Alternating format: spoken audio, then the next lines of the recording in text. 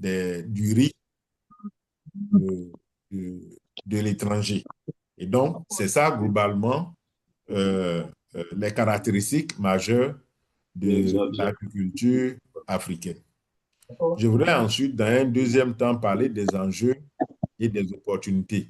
J'ai fait tout ça pour aboutir à démontrer la nécessité d'une coopération. Donc, les enjeux sont vraiment nombreux, mais je voulais insister sur quelques-uns d'entre eux.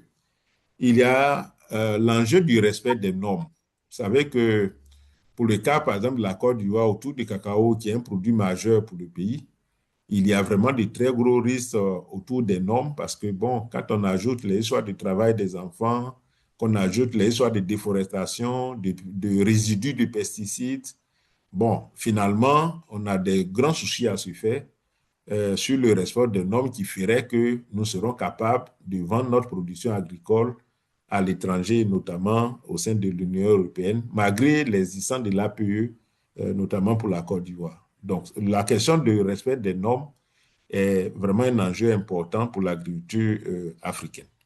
Il y a la pression démographique, donc, qui voudrait que, quand on ajoute à cela l'urbanisation et autres, donc il y a une forte demande de produits agricoles, notamment de vivriers, qui n'est pas toujours satisfait, disons qui est très peu satisfait quand on prend le cas des grandes quantités d'importation de riz. Donc ça aussi, c'est un enjeu vraiment important. Il y a l'enjeu du changement climatique. Donc, comme notre production agricole est tributaire de la nature, de la pluviométrie, par exemple, naturelle, les changements climatiques commencent à être vraiment un souci pour l'agriculture africaine. Il y a également la dégradation des ressources naturelles, donc essentiellement le sol, puisqu'il y a très peu d'utilisation d'engrais et autres. Et donc, les terres ont commencé à s'appauvrir. Et bon, il y a un souci à se faire à ce niveau-là. À côté des enjeux, il y a de grandes opportunités, de très grandes opportunités même. Alors, l'opportunité tourne autour de la croissance démographique, en même temps qu'il y a un problème, mais c'est une opportunité parce que nous avons besoin de produire suffisamment pour nourrir cette population qui est à forte croissance, mais aussi qui s'urbanise de plus en plus. Donc, il y a une opportunité. Il y a l'opportunité de la transformation. Quand vous prenez un pays comme la Côte d'Ivoire, le cacao, nous produisons 2 millions de tonnes de cacao, ne serait que cet exemple-là, et nous transformons 36%. Donc, à peu près 700 000 tonnes. Donc, nous avons à peu près 1 300 000 tonnes qui ont besoin d'être transformées. Et donc, ça, c'est vraiment une grande opportunité. Et pour le cas de la Côte d'Ivoire, toujours, ces mêmes opportunités-là de transformation existent dans quasiment toutes les filières. Quand vous prenez la noix de cajou, quand vous prenez le caoutchouc naturel, quand vous prenez la mangue, quand vous prenez le coton et tout ça, vraiment, il y a de grands besoins de transformation et ce sont des opportunités. Il y a donc les technologies, parce que l'innovation et la technologie, ça veut dire même si ce n'est pas euh, d'origine de l'Afrique, je pense par exemple au numérique, aux techniques agricoles, à l'utilisation de drones et autres, même si ce n'est pas les Africains en général qui sont au devant de ces technologies-là, de ces innovations, mais à partir du moment où ces innovations existent, c'est une opportunité pour nous. Il suffit de trouver les conditions pour les faire venir en Afrique. Il y a aussi le fait que les politiques publiques soutiennent de plus en plus l'agriculture. C'est-à-dire que nos États, par exemple en Côte d'Ivoire, le PND publie clairement une transformation de la structure de l'économie qui devait mettre l'accent sur l'industrie. Et cette industrie-là, c'est aussi essentiellement de l'agro-industrie.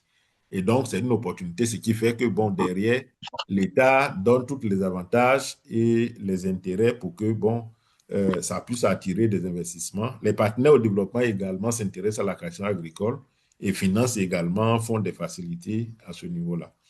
Au niveau de l'intégration régionale, qui est une opportunité aussi parce que, bon, il y a des efforts qui sont faits pour pouvoir faciliter l'agriculture. Je crois que la ZLECAf, les politiques communes à la fois de l'UEMOA, de la CEDEAO et tout ça, sont des opportunités pour la coopération autour de l'agriculture.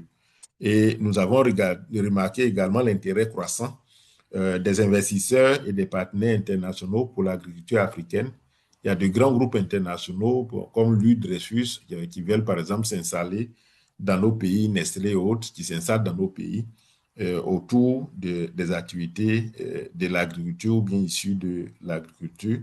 Et puis, la disponibilité des terres arabes, je veux dire, comparé à d'autres continents comme l'Europe, il n'y a qu'en Afrique où nous avons encore des forêts vierges qui n'ont jamais été utilisées et autres, et qui sont des terres arables à des milliers d'hectares. Et donc, ça aussi, c'est une opportunité.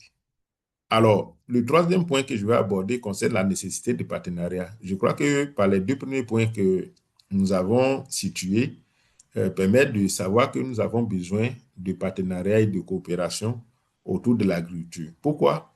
Parce que nous avons des opportunités que nous ne pouvons pas transformer.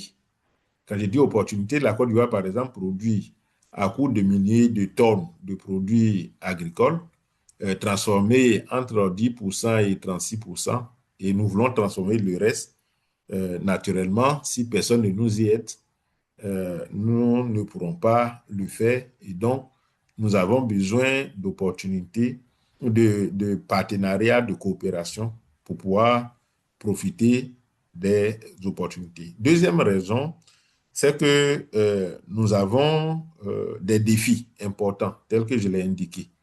Et donc, ces défis-là, pour les relever également, nous avons besoin de partenariats parce que seuls, nous ne serons pas à même de pouvoir relever ces défis-là. Par exemple, si on prend la question du défi des normes, il faut des techniques, des entreprises capables de fournir des techniques pour pouvoir mesurer les résidus des pesticides, de pouvoir faire des lobbying auprès de l'Union européenne, de pouvoir faire ceci, cela, pour ne serait-ce que nous mettre aux normes. Donc, j'évoque deux raisons qui font que nous avons besoin de partenariat. Première raison, pour que nous profitions des opportunités qui sont en Afrique autour de l'agriculture. Deuxième raison, pour relever les défis qui se présentent à nous dans le domaine de l'agriculture. Et qu'est-ce que ces partenaires feront? En fait, c'est plusieurs types de partenaires. C'est pourquoi le thème même le dit si bien des partenaires multi-acteurs, parce qu'il y a plusieurs domaines dans lesquels nous devrons avoir ce partenariat-là. Je peux en citer certains.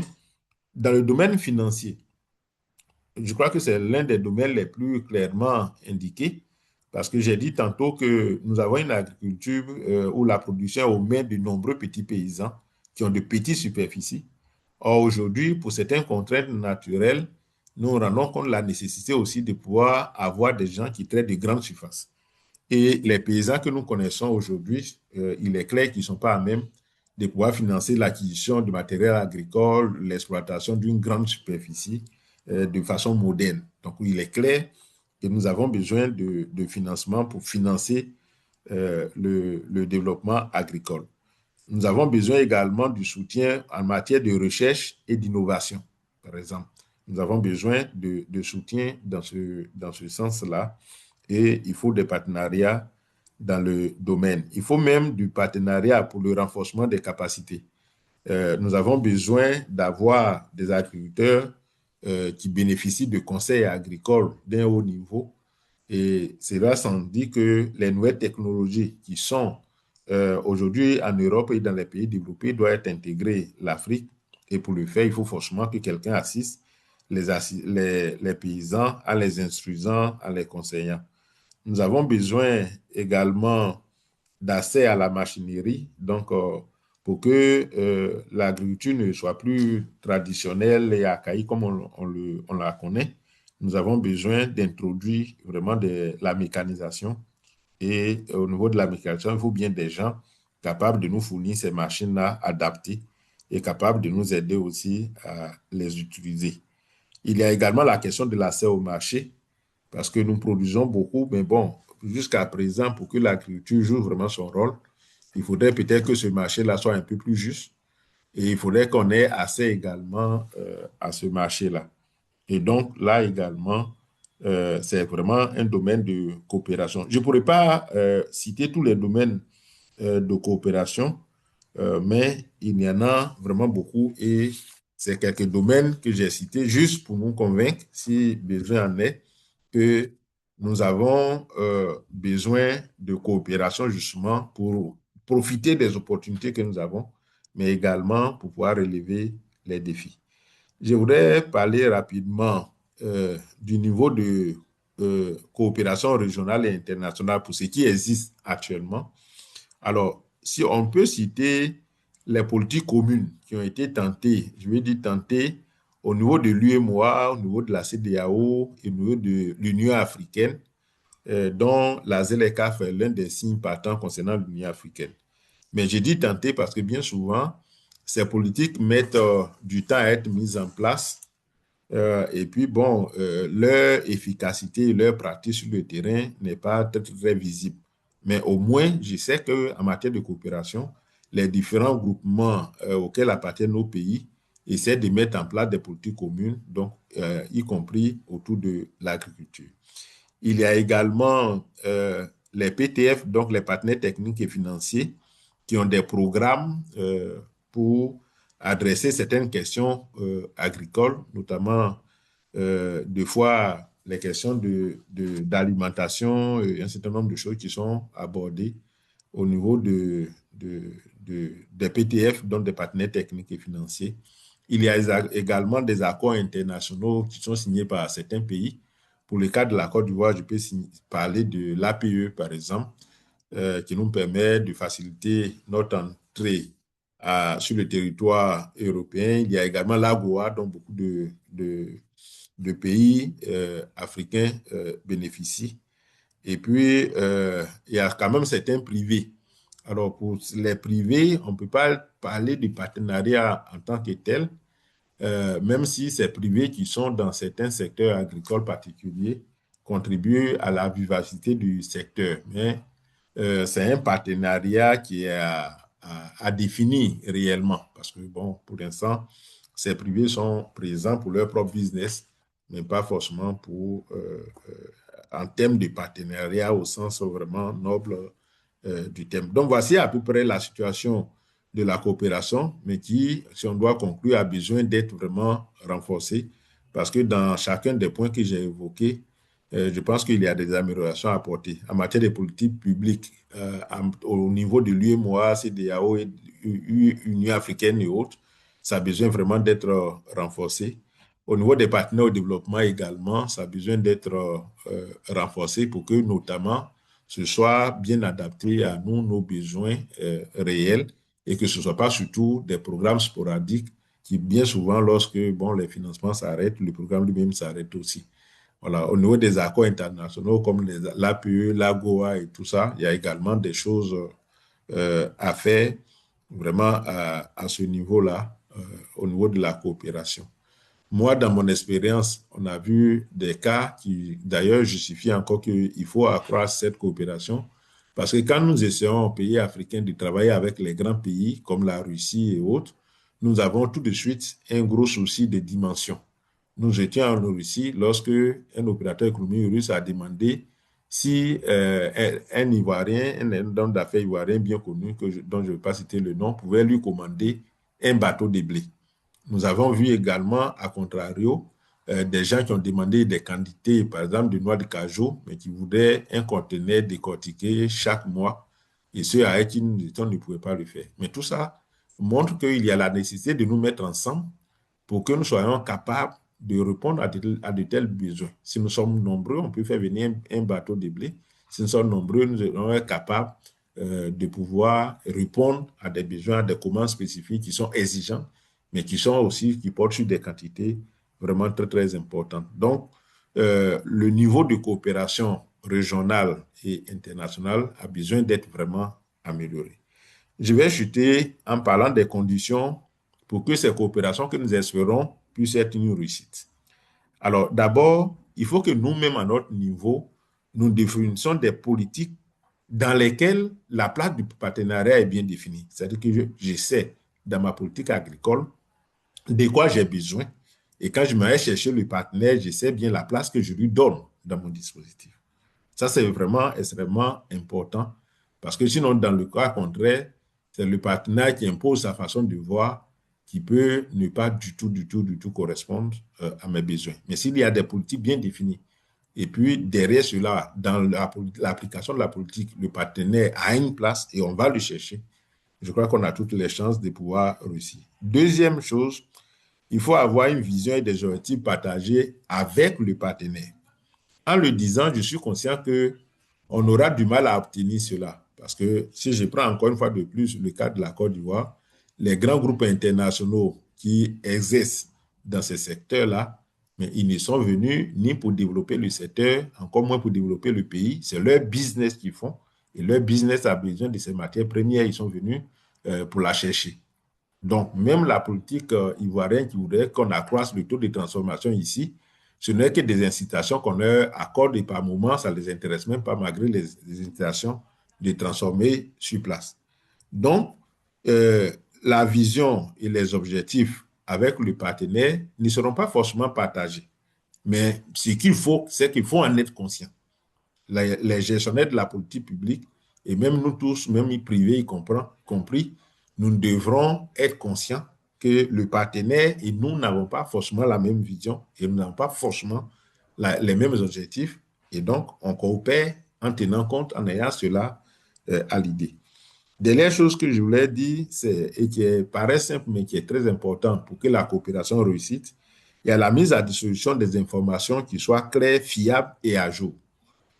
Parce que les gens veulent bien venir investir dans notre agriculture, mais il faut qu'ils aient l'information. Il faut que nous-mêmes, nous ayons l'information pour une bonne planification, pour une bonne organisation de vraiment ces sessions. Alors, je voudrais donc m'arrêter là, quoique bon, on pourrait en dire plus chaque point que j'ai abordé, en concluant, en disant que la coopération autour de l'agriculture est indispensable. Nous ne pouvons pas faire autrement parce que sans elle, nous ne sommes pas capables de profiter des opportunités qui existent et nous ne sommes pas capables non plus d'adresser correctement les défis qui se présentent à nous.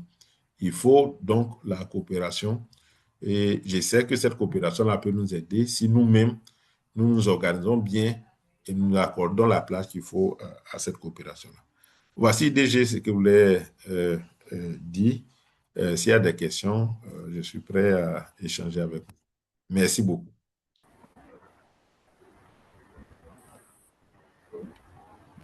Et merci, Monsieur Yao, pour votre brillant exposé.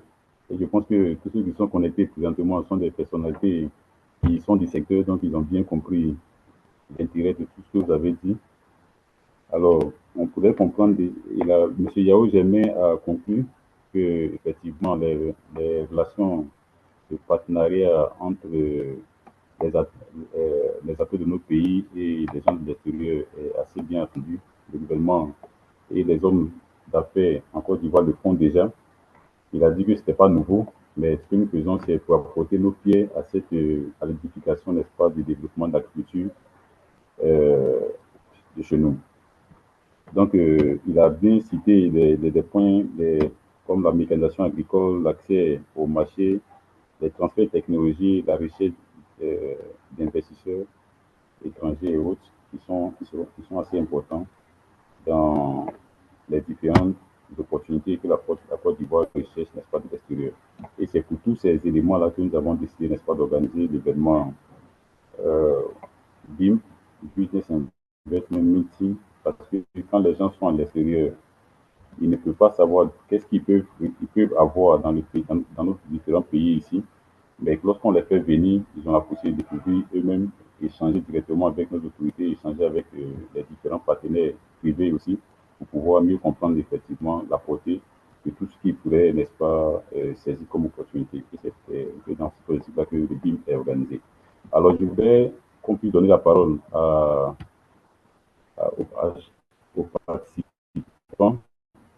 S'il y a quelqu'un qui a peut-être une question ou une contribution sur ce que M. Yao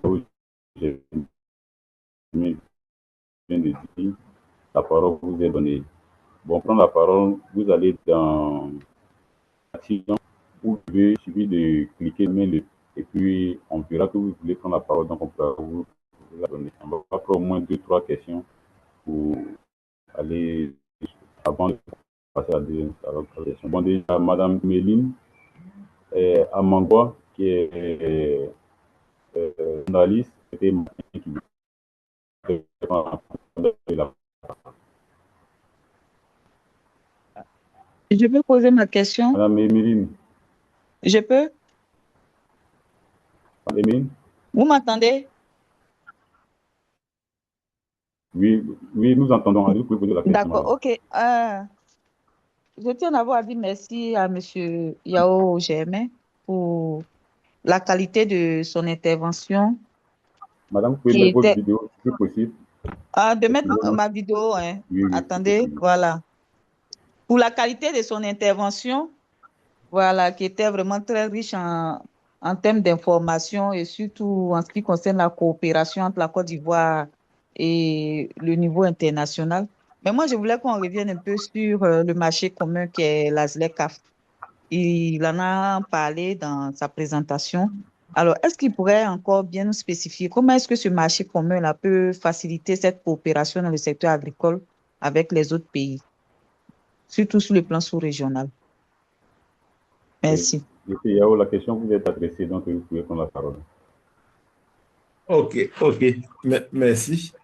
En fait, la ZLECAf consiste globalement à pouvoir lever les barrières, les frontières, si vous voulez. Ouvrir les frontières pour que nous puissions échanger entre nous et que toute l'Afrique puisse paraître comme un même pays.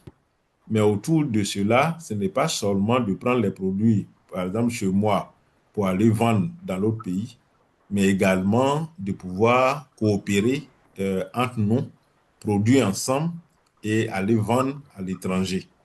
Quand on prend l'exemple, pour que vous compreniez très bien, de Airbus. Airbus, c'est les fabricants européens d'avions. L'assemblage, je crois, c'est fait à Toulouse, en France, mais il y a des moteurs qui sont fabriqués par une société Rolls-Royce en Grande-Bretagne qui fabrique les moteurs et qui envoie. Donc, si on prend ce schéma-là, et avec mon exemple comment on appelle, on a fait une rencontre acheteurs-vendeurs autour de la noix de cajou. On a fait venir des acheteurs du monde entier en Côte d'Ivoire et ils ont rencontré des producteurs de noix de cajou. Ce n'est pas la partie agricole, mais ceux qui transforment. Et quand ils sont venus, il s'est avéré que nos producteurs n'étaient pas capables de satisfaire le besoin. Le besoin. Et donc, s'ils se mettaient ensemble, mais cet exemple qui est valable à l'intérieur de la Côte d'Ivoire peut être utilisé pour des partenaires qui viennent du Burkina, qui viennent de la Guinée, qui viennent du Ghana, qui se mettent ensemble et qui sont tous producteurs des mêmes produits et qui sont capables, par exemple, de livrer leurs produits à un, comment on appelle, un même preneur. Vous savez, quand vous prenez une entreprise comme Nestlé, Nestlé est largement plus puissant qu'un seul pays comme la Côte d'Ivoire, par les ressources qu'ils ont, par toute la puissance, l'influence internationale et tout. Mais si le Ghana et la Côte d'Ivoire se mettent ensemble et qu'ils peuvent réellement aborder Nestlé, vous voyez qu'ils seront forts. Mais pour l'instant, le Ghana et la Côte d'Ivoire peuvent s'associer parce qu'ils sont ensemble dans la CEDEAO. Mais la Côte d'Ivoire ne peut pas, par exemple, s'associer au Cameroun ou dire on va livrer ensemble parce que les Ivoiriens eux-mêmes pour aller au Cameroun, voilà, ont besoin de visa, ont besoin de temps en temps, et ainsi de suite, qui fait qu'ils ne peuvent pas se mettre ensemble et travailler ensemble. Or, la ZLECAf vient briser tout ça et qui fait que normalement, on peut travailler ensemble. C'est à ça que je voulais vraiment faire allusion. Je ne sais pas si mon explication est claire.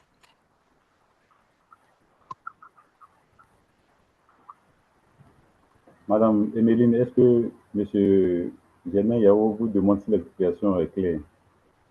Oui, Madame pour Emeline, moi, ça va. C'est bon. merci bien à vous. Oui, Donc, je dis que pour moi, ça va.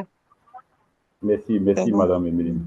Alors, nous allons passer la Merci parole à beaucoup. Monsieur Opono, Patrick Opono, du FIDA, qui a aussi une question à poser. Monsieur Patrick, vous avez la parole. Bonjour, c'était juste une introduction. Je sais nous n'avons pas été introduits. Je suis Patrick Opono du FIDA. Et cette plateforme est vraiment une bonne opportunité, surtout que dans tous nos projets, nous parlons de partenariat.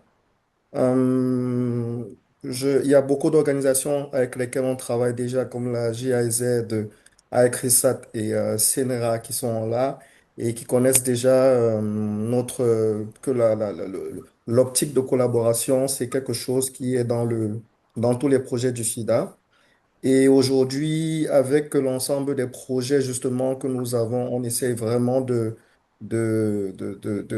d'intégrer toute la chaîne de valeur, tous les acteurs de la chaîne de valeur, depuis la recherche jusqu'à l'accès au marché, avec de nouveaux projets aquacoles que nous sommes en train de lancer en Côte d'Ivoire, et ainsi que des projets basés sur les zones franches, les zones agricoles. L'idée, c'est vraiment à travers cette plateforme de vraiment la voir comme un ancrage, de discuter avec tous les partenariats disponibles, que ce soit au niveau de l'accès au marché, que ce soit dans la transformation, qui seraient vraiment intéressés à travailler sur ces projets qui sont hyper intéressants. Donc voilà un peu ce que j'avais à rappeler sur l'intérêt aussi du FIDA d'avoir cette plateforme aujourd'hui et d'être présent aussi à écouter les partenaires dans les discussions. Donc, je serai disponible à répondre à toutes les questions et aussi tirer des interventions des autres intervenants. Merci. Merci, Monsieur Patrick Opono. Bon, normalement, dans la deuxième session, nous devons pouvoir vous présenter aussi, présenter tous les partenaires qui sont avec nous présentement. Euh, c'est déjà bien que vous l'avez fait, mais on va toujours vous revenir encore lorsque nous serons dans la deuxième session pour vous puissiez reprendre encore une fois la parole. Merci pour votre intervention. Donc, nous allons donner la parole à professeur Dacosta du CNRA. Professeur, nous écoutons. Oui, bonjour. Donc, je suis professeur Dacosta Kwasi. Je suis responsable du département sécurité alimentaire et nutrition du CNRA. Je voudrais d'abord remercier l'équipe qui a organisé ce forum-là qui nous permet d'échanger sur un ensemble de questions, dont ceux de la coopération, à travers les forces et faiblesses de notre dispositif, nous permettant non seulement d'augmenter notre offre, mais par ailleurs de satisfaire un ensemble de besoins concernant la Côte d'Ivoire. Donc, il y a un point que je voudrais aborder sous le regard du conférencier, c'est le problème intrinsèque qui est le nôtre au niveau de la Côte d'Ivoire et qui pourrait constituer une faiblesse. Et qui constitue une faiblesse, pas qui pourrait, mais qui constitue une faiblesse. Donc, l'activité agricole est régie par un cadre juridique, réglementaire, juridique et institutionnel dans tous les pays. Et nous avons la chance en Côte d'Ivoire d'avoir une loi d'orientation agricole qui est, à notre avis, excellente et qui permet de garantir non seulement les intérêts des parties, mais également de l'État. Mais dans le cadre de la coopération, si je prends par exemple le secteur sémencier, où cette loi d'orientation agricole définit le cadre d'opération, par exemple, des firmes sémenciers étrangers qui arrivent dans le pays, quelquefois, on observe le non-respect d'un ensemble de dispositions. Par exemple, si ma firme, je suis propriétaire d'une firme A venant de l'extérieur en Côte d'Ivoire, toute production de semences devrait faire l'objet de déclarations, d'homologation et de ces variétés qui d'abord doivent être inscrites dans le catalogue national. OK?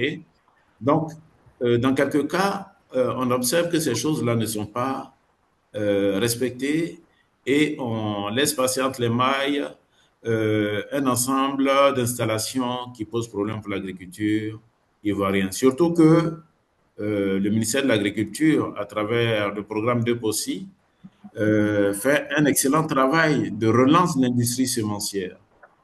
Donc, il ne s'agit pas de refuser l'offre des partenaires, mais il s'agit de faire respecter, de respecter les dispositions du cadre réglementaire juridique institutionnel mis en place par la Côte d'Ivoire.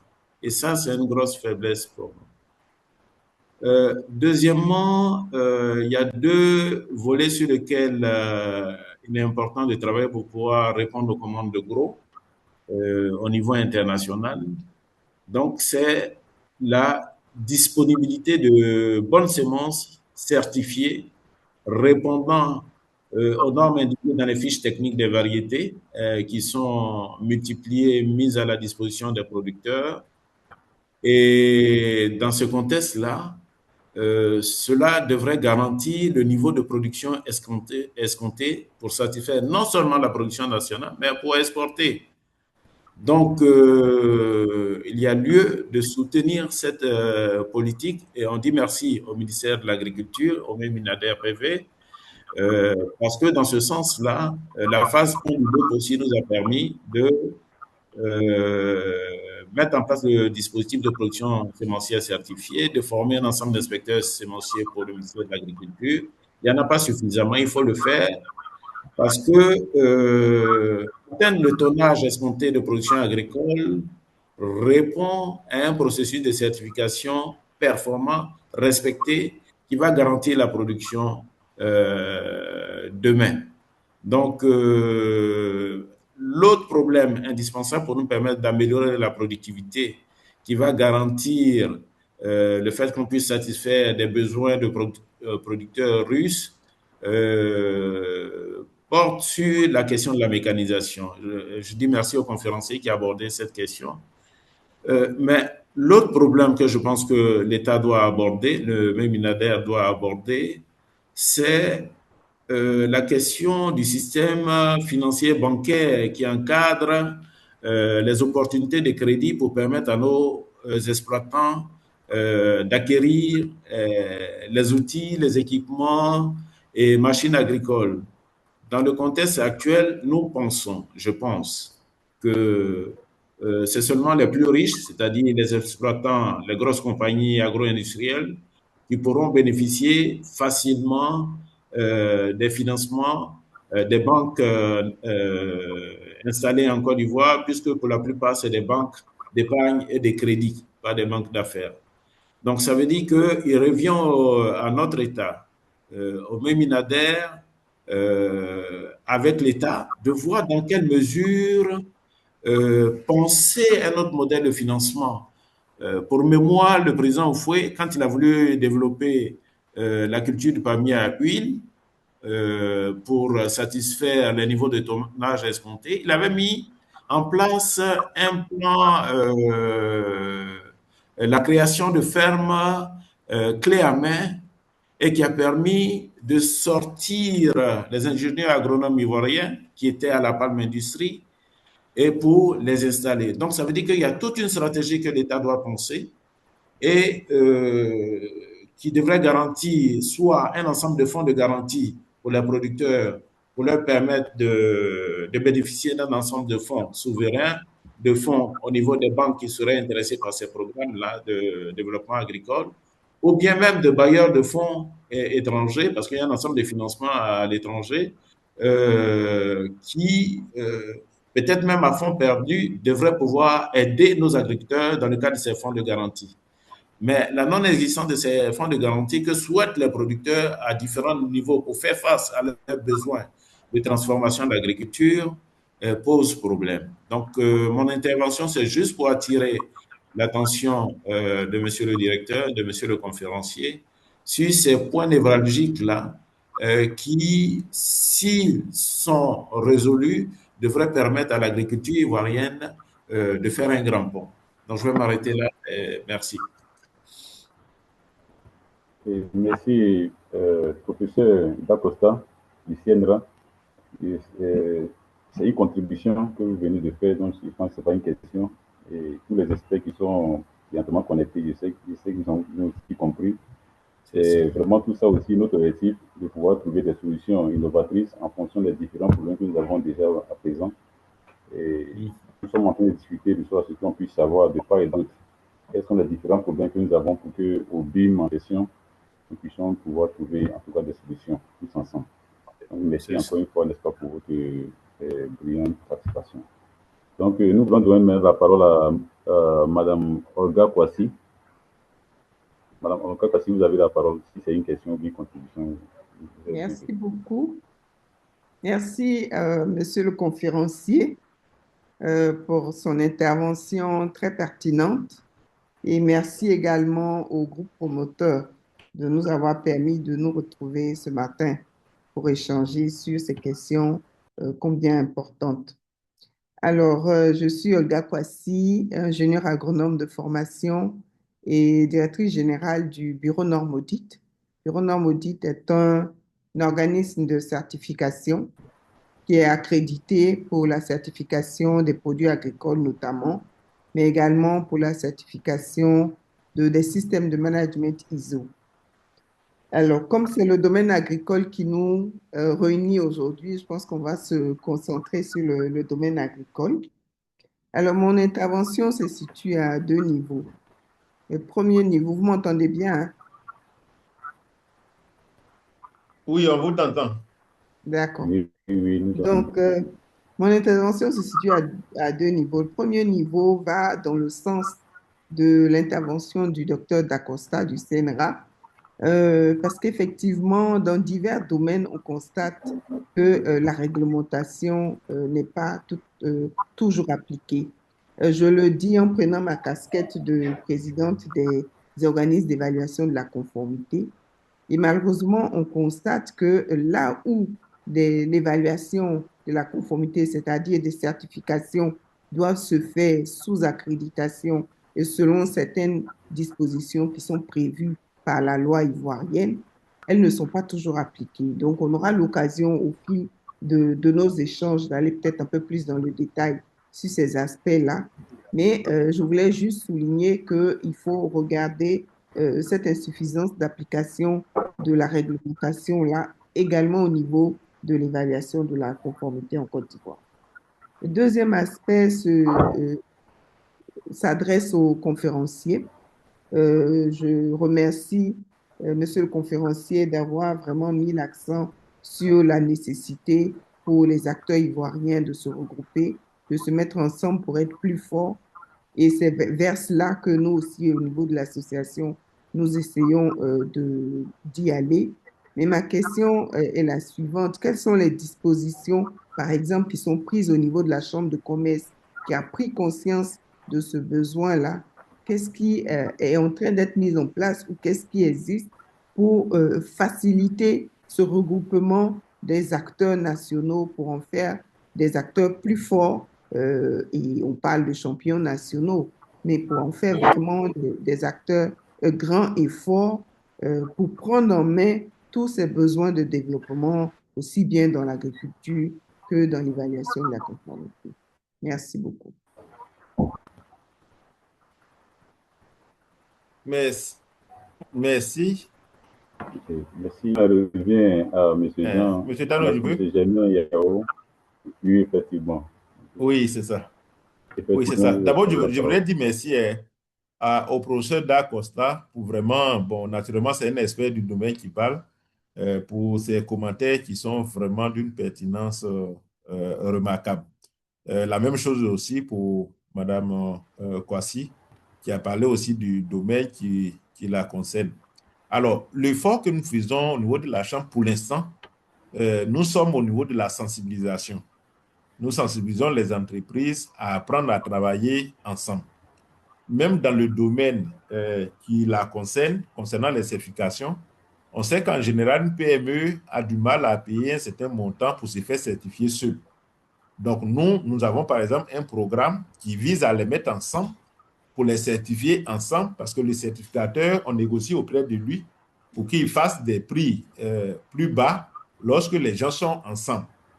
Et donc, c'est la sensibilisation et c'est la promotion de cette façon-là que nous faisons pour l'instant pour essayer d'aider les entreprises à se mettre ensemble. Mais j'avoue que ce n'est pas facile du tout de mettre les PME ivoiriennes ensemble parce que, bon, chacun veut vraiment garder ses prérequis, même les simples informations le concernant, il ne veut pas partager avec un partenaire et souvent, ça nous fatigue. Mais pour l'instant, c'est ce que nous faisons. Donc, aider les entreprises à se mettre ensemble et nous, on les assiste en trouvant des partenaires qui peuvent les aider ensemble en réduisant le coût de ces prestations. Ok, donc merci bien, M. Yao. Madame Olga, j'espère que le retour de M. Yao tient à la question que vous avez posée. Oui, merci beaucoup. Effectivement, il a répondu du côté des acteurs qui peuvent fédérer pour avoir des coûts amoindris. Mais bon, on continue la discussion. Je pense que le forum est mis en place dans ce sens-là. Donc, on pourra continuer les échanges. Merci beaucoup. Merci bien, Madame Olga. Donc, nous allons donner la parole à Madame Lydie. Elle sera la dernière à poser la question pour qu'on puisse passer à la deuxième session. Donc, Madame Lydie Ferradi de l'IRD, vous avez la parole. Oui, bonjour, merci beaucoup pour l'invitation d'abord qui a été faite à l'IRD de participer à ce forum. Je suis accompagnée aussi avec ma collègue Caroline Koulibaly qui est chargée de communication et d'innovation à la représentation IRD de Côte d'Ivoire. Merci aux conférenciers. Votre caméra, s'il vous plaît. Oui, pardon. Madame, je remercie. vous pouvez mettre la caméra. Voilà, je remercie aussi le conférencier et les différents intervenants qui m'ont précédé. Donc, moi, je suis de l'IRD, l'Institut de recherche pour le développement, qui est une institution de recherche française ancienne, qui œuvre en Côte d'Ivoire depuis maintenant plus de 80 ans, qui a un modèle de recherche. Notre modèle, c'est un partenariat scientifique équitable avec les institutions des pays dans lesquels on intervient. Voilà, nos questions de recherche sont développées en synergie avec les institutions de recherche au Sud. Pour ma part, je suis spécialiste en sciences du sol et je travaille dans le domaine agricole en Afrique de l'Ouest depuis maintenant 25 ans. J'ai passé une dizaine d'années au Sénégal et ça fait maintenant 1 an que je suis en Côte d'Ivoire. Je pense qu'on aura le temps de rediscuter de tout ça. Mon intervention par rapport à la position du conférencier et de ce qui a été dit, je voudrais redire l'importance du tissu rural parce que il a été mentionné l'importance le fait que les petits agriculteurs ne pouvaient pas répondre aux besoins des grandes multinationales, etc., qu'il fallait travailler sur des grandes surfaces. Je pense qu'il y a un équilibre à trouver, y compris dans les actions de recherche, pour soutenir aussi les petits agriculteurs et que cette innovation-là, elle peut passer aussi sur une innovation organisationnelle, c'est-à-dire de les aider à se structurer ensemble pour qu'ils puissent finalement répondre ensemble à la demande. Et ça, c'est quelque chose d'extrêmement important. C'est quelque chose qui se met de plus en plus en place en Afrique de l'Ouest avec les démarches liées à l'agroécologie. Et je pense qu'il faut soutenir ces initiatives de plateformes multi-acteurs qui doivent emporter les agriculteurs,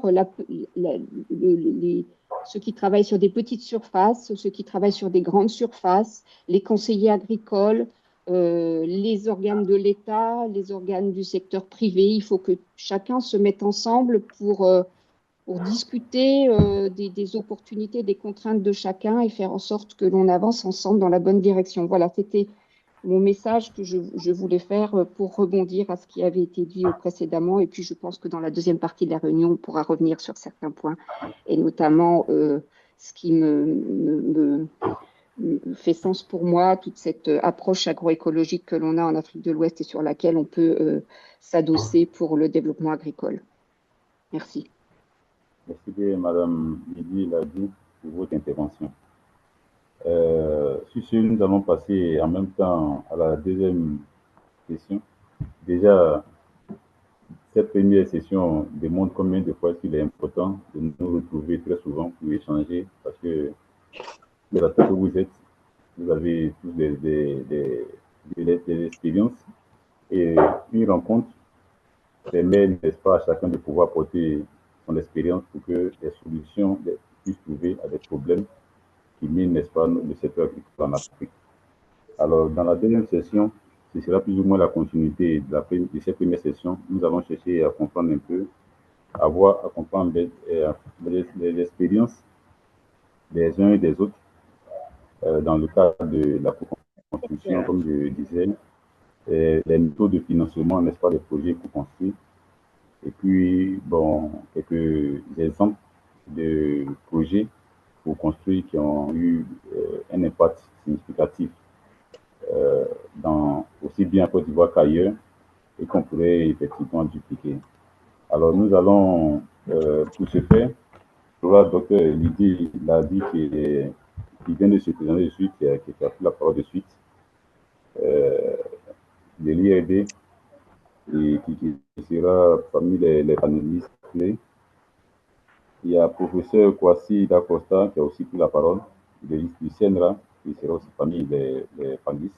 Monsieur Laurent Gomis, qui est coordinateur d'un projet nommé UICAD à la GIZ. Bon, je ne le vois pas encore connecté. J'espère qu'il viendra.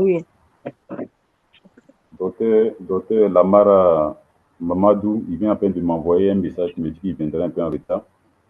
Il est responsable au niveau de l'Institut de recherche en Guinée. Vous dites? Allô? Ok, donc il doit après. Il doit aussi. Bon, excusez-moi, pour ceux qui ne prennent pas encore la parole, si vous pouvez couper le micro, ce serait intéressant. Merci. Donc il doit. Monsieur Patrick. Allô, qui a le micro? Il y a Techno 4466, s'il vous plaît, coupez votre micro. Techno 4466, je crois bien, coupez vos micros, s'il vous plaît. Ok, donc il y aura aussi M. Patrick Opono qui a aussi pris la parole, qui est expert au FIDA, qui reprendra encore une fois la parole. Professeur Falalou Amidou, qui est représentant de ICRISAT au Niger, qui viendra aussi un peu en retard. La parole. Et professeur Vanga Adja Ferdinand, qui est enseignant à l'université Gonf Koulibaly de Korogo, qui prendra aussi la parole. Alors, nous, excusez-moi, je vais couper déjà le micro de la personne.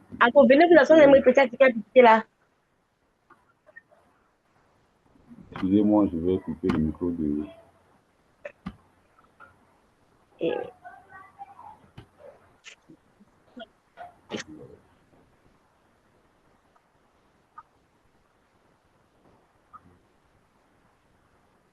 Bon, je n'avais pas coupé le micro, on doit aller déjà à la première personne. Alors, donc, on voudrait savoir, Madame Lydie Ladi, quelles sont, selon votre expérience, les facteurs clés du succès pour une co-construction efficace entre les institutions publiques, secteur privé, chercheurs et producteurs? Madame Ladi? Oui, bonjour. Rebonjour. Donc, je suis docteur Lardy. Je pense que mon titre de docteur prévaut aujourd'hui par rapport à mon genre. Je suis donc spécialiste, moi, des sciences du sol et dans les questions agricoles à l'IRD. Et pour répondre à votre question, je pense que la recherche doit adresser d'abord des réponses concrètes aux défis qui sont ceux des sociétés. Et donc, notre conférencier tout à l'heure nous a parlé de sécurité alimentaire, il nous a parlé de changement climatique. Ces deux défis qui sont centraux par rapport à l'agriculture. Et je pense que les axes de recherche doivent être développés vers l'action et avec une certaine horizontalité d'échange, de trouver quelles sont les problématiques de chacun et les solutions adaptées. Et donc ça passe par un échange avec les bénéficiaires finaux, que sont les producteurs, avec toutes les parties prenantes de cette filière agricole, de la production effectivement jusqu'au jusqu'aux transformations et commercialisation. Et c'est en cela que l'approche, à mon sens, agroécologique, qui part de ce qui se fait à la parcelle, en intensifiant le rôle du fonctionnement du sol et du système sol-plante, jusqu'à l'échelle de l'agrosystème, des exploitations agricoles, et puis des décisions qui peuvent être prises en ce sens dans les organes de l'État. C'est dans ce continuum d'échelle qu'il est important de développer les axes de recherche. Et ça démarre au champ, à la parcelle. Et c'est sur cette échelle d'intervention que moi, j'ai placé mes travaux depuis un certain nombre d'années. Et donc, c'est important ce forum, aujourd'hui, il est important parce qu'il permet cet échange entre la science, la société, l'État, les parties prenantes, quel que soit leur historique et puis leur façon d'appréhender le secteur agricole. Donc, je pense que c'est important. Et j'ai entendu tout à l'heure le conférencier rappeler que le sol est un compartiment essentiel pour soutenir la production et qu'il convient de restaurer les sols, voilà, parce qu'ils apportent de multiples bénéfices à l'agriculture, pas seulement la production, mais ils apportent aussi toute une valence de lutte contre le changement climatique, d'adaptation au changement climatique, et donc c'est un compartiment essentiel avec la plante qu'il faut mieux considérer, voilà, en interaction avec les agriculteurs qui le connaissent très bien, ce compartiment sol.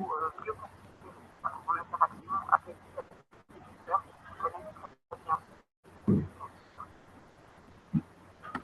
Merci bien, Madame Lydie, professeur Kwasi Dacosta, encore une fois, du CNRA, pour les principaux freins à une co-construction multi-acteurs et comment les résorber. Qu'est-ce qui fait que les co-constructions, entre les acteurs, différents acteurs, n'est-ce pas, parfois a un problème, et comment est-ce qu'on pourrait trouver des solutions à cela? Professeur Dacosta. Ici, je suis en ligne. Donc, je voudrais encore une fois dire merci aux organisateurs pour cette opportunité qui nous est donnée. Je voudrais répondre de la façon suivante. Peut-être indiquer ce qui donne force et qui nous permettra de savoir ce qui en fait. Pardon. Vous m'entendez? Allô?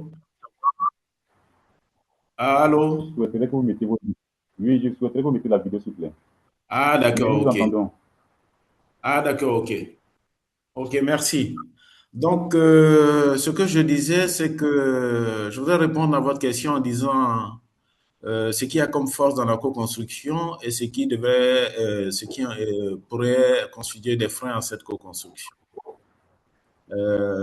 Donc, la co-construction suppose une bonne coopération, intégration, implication des partenaires nationaux, des partenaires internationaux dans la réalisation d'un ensemble de projets. Donc, ce qui a comme force aujourd'hui en termes de tendance, quand on regarde un ensemble de bailleurs de fonds, si on prend le CORAF UICAD par exemple, il amène les différentes équipes de recherche agronomique de nos différents pays d'Afrique de l'Ouest, du Centre, à se constituer en consortium. Et ça, c'est soit par des financements CORAF, soit à travers des financements de l'Union européenne ou d'autres bailleurs de fonds.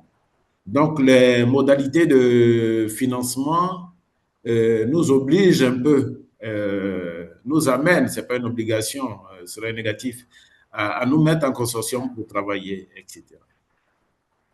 Deuxièmement, si on vient au niveau national, je reviens à la loi d'orientation agricole qui pose les fondements pour l'implication des acteurs à la base, des communautés locales.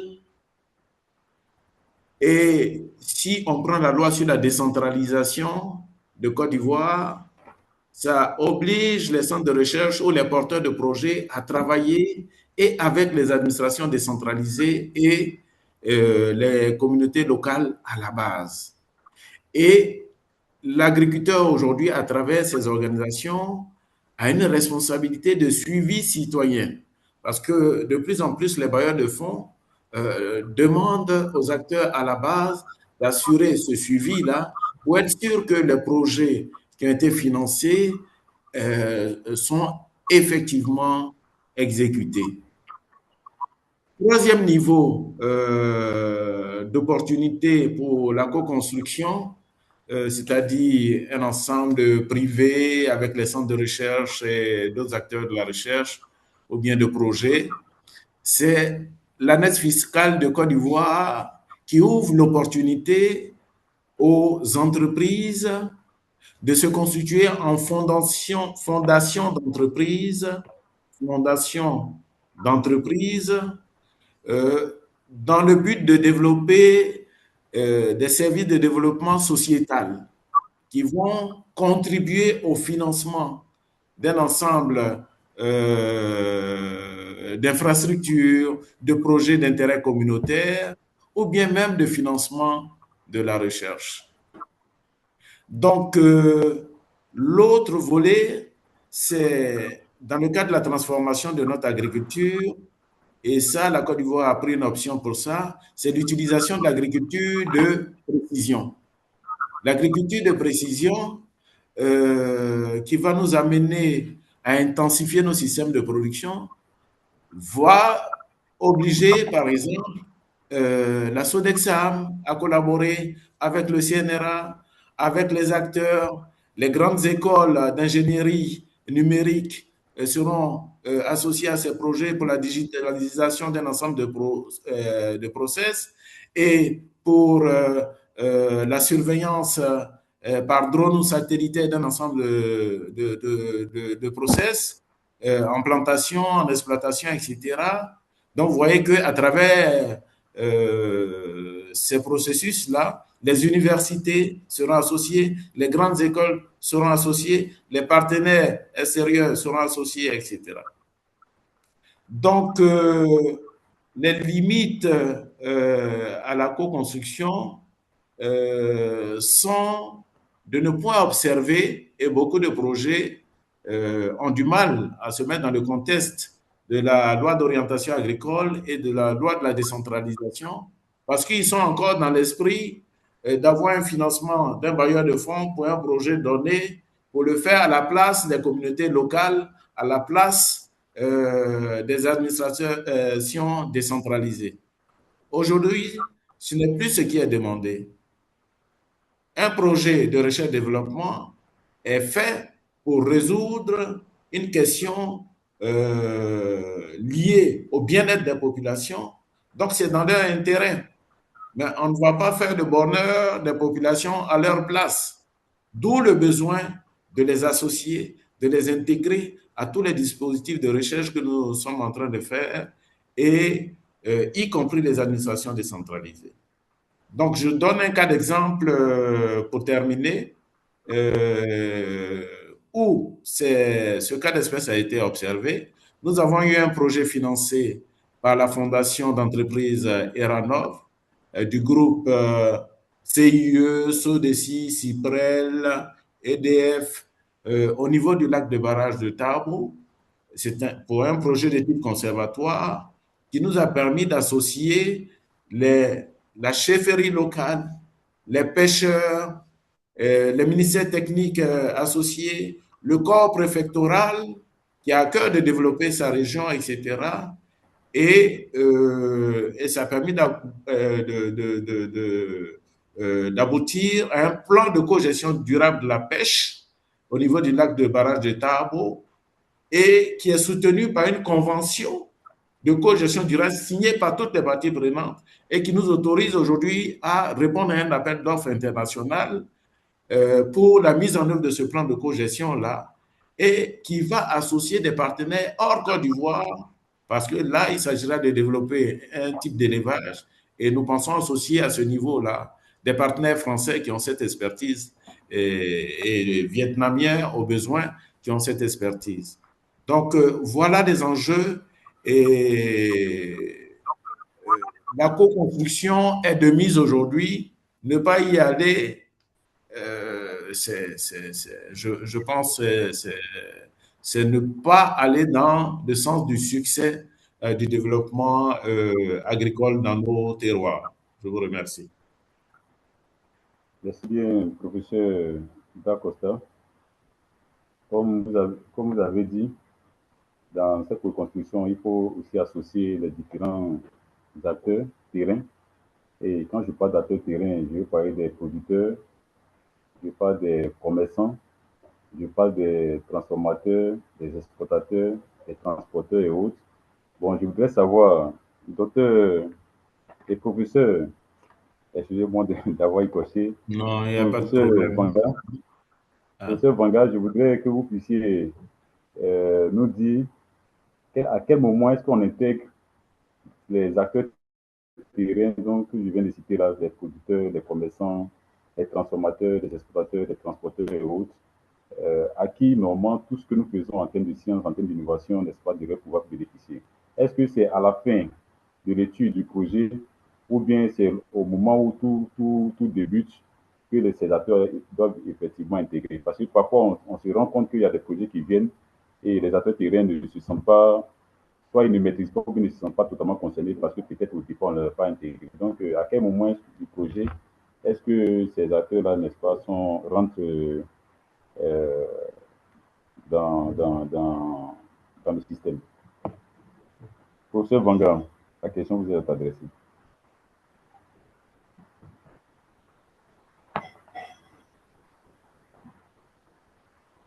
Professeur Vanga.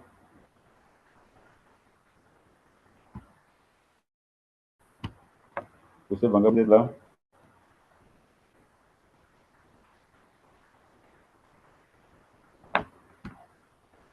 Allô?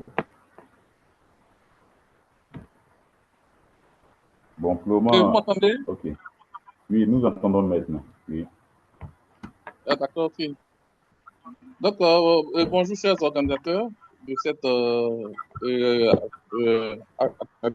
Parce que c'est une opportunité de nous pouvoir. Prenez le temps de vous présenter d'abord. Présentez-vous. C'est vrai que j'ai vu votre nom, mais présentez-vous d'abord avant de pouvoir. Ok, je suis M. Vanga Ferdinand. Mais en tant qu'enseignant-chercheur, je suis sociologue de l'environnement et du développement durable et coordonnateur d'un projet de recherche et développement sur pratique endogène, les systèmes d'élevage, des choses ruminants pour la sécurité alimentaire en Afrique. Donc, c'est dans le cadre de la coordination de projet que j'interviens. Mais je suis à la base enseignant-chercheur à l'Institut de Korogo. Donc, je pense que, vraiment, à cette question, le professeur Dacosta, tout à l'heure, je pense, a effectivement insisté sur un point qui est vraiment important à la construction. Et les acteurs européens, il y a souvent à deux niveaux. Dans certains programmes de développement, et quand on discute des choses de développement, et souvent qui sont centrales par des études de recherche qui sous-tendent ces études de développement, généralement, les acteurs de terrain sont impliqués dès le départ. C'est avec ces acteurs-là que vous identifiez les besoins, parce que les besoins du chercheur ou du développeur ne sont pas souvent forcément les besoins des communautés. Et j'ai eu, par exemple, à participer à l'évaluation du projet de pêche bio, par exemple, les années 1980. Ce projet qui était censé conduire au développement des populations, mais on s'est rendu compte que les besoins des populations n'avaient pas été pris en compte comme il se devait. Et c'est la fin que nous avons découvert cela. Donc, effectivement, impliquer la communauté dès le départ dans l'identification des besoins réels. Et c'est avec cette position qu'il y a la co-construction. Et par exemple, aussi, dans le cadre des projets de recherche, vraiment, on peut initier, par exemple, le projet sur lequel nous travaillons actuellement, qui concerne une pratique endogène climato-intelligente dans le secteur de l'élevage.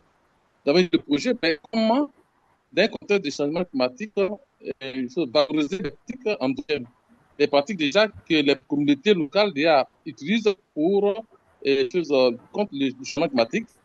Mais cela doit se faire donc, quand on a initié le projet, pour la mise en place, pour la mise en œuvre, nous avons, comme on a dit, réuni tous les acteurs, et choses aussi bien en amont qu'en aval, l'encadrement technique, les autorités administratives, les commerçants, les groupements de femmes, de jeunes, des autorités coutumières, et autour d'une place de nous avons mis, et c'est ensemble, lorsque cette plateforme a été mise en place, et c'est avec maintenant ces acteurs-là que nous avons identifié qui sont des pratiques endogènes, déjà, qui sont utilisées dans le cadre de la lutte contre le changement climatique. Mais parmi ces pratiques, quelles sont ces pratiques qui sont quand même moins polluées de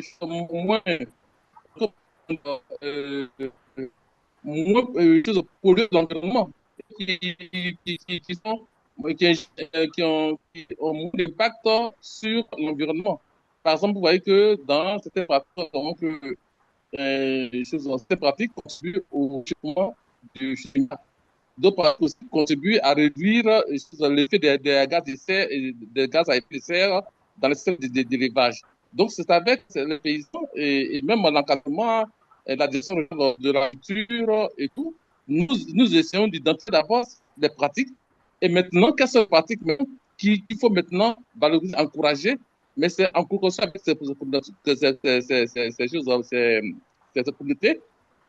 Et pour le faire, avec ces communautés, il y a une parcelle d'expérimentation qui a été, obtenue en commençant avec ces communautés qui sont au sein de la innovation et de ces espaces-là.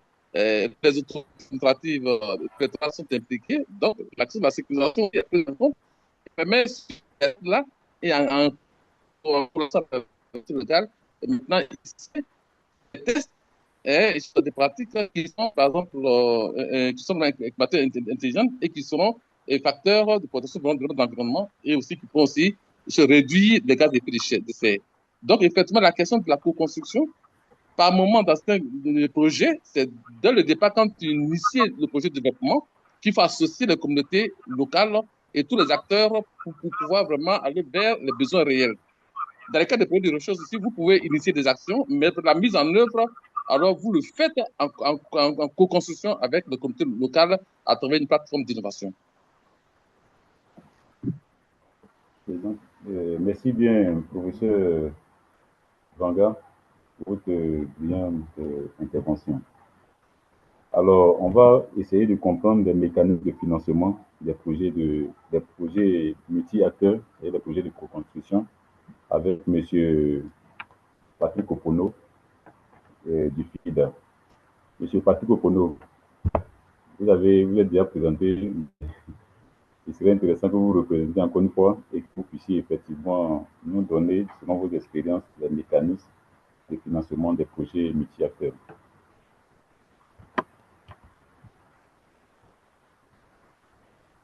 Monsieur Patrick? Monsieur Patrick, vous êtes là?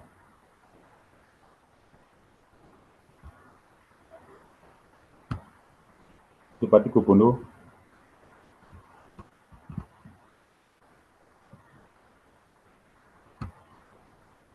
Monsieur Patrick Opono?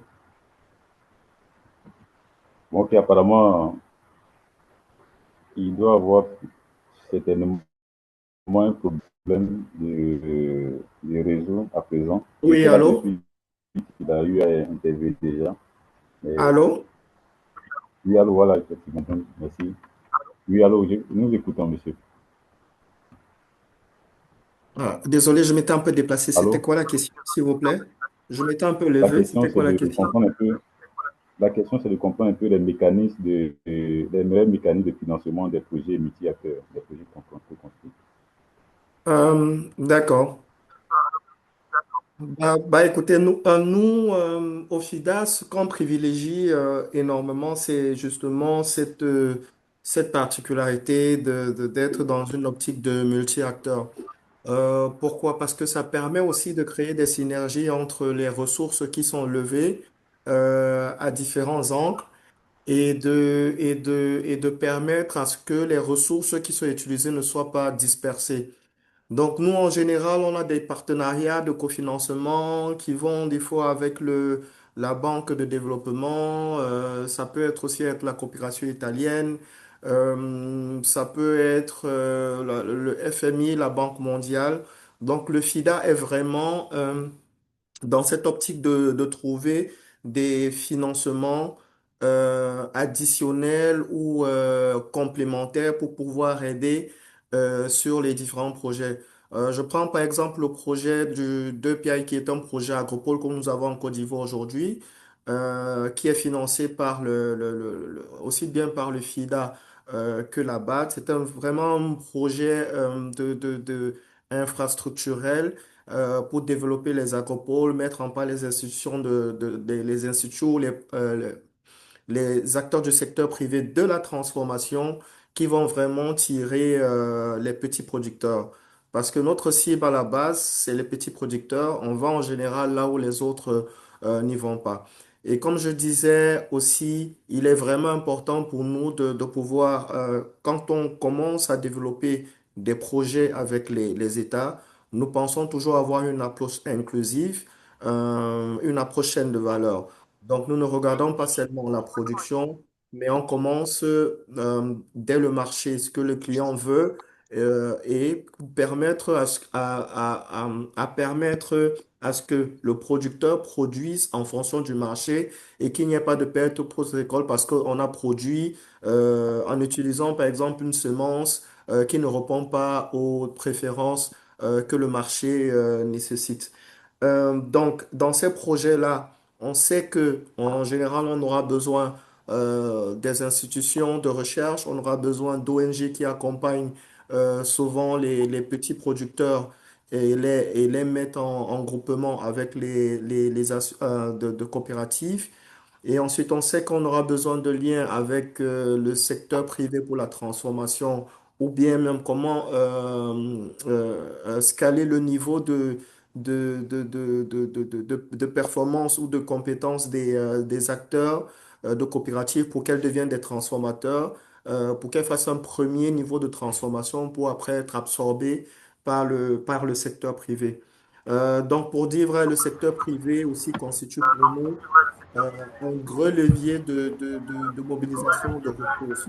Nous croyons fortement qu'un projet au final, nous croyons fortement que aller seul, il y a tellement de demandes dans le monde agricole que aller seul est assez difficile. Et c'est pour ça que avoir une collaboration multi-acteurs est hyper importante pour nous.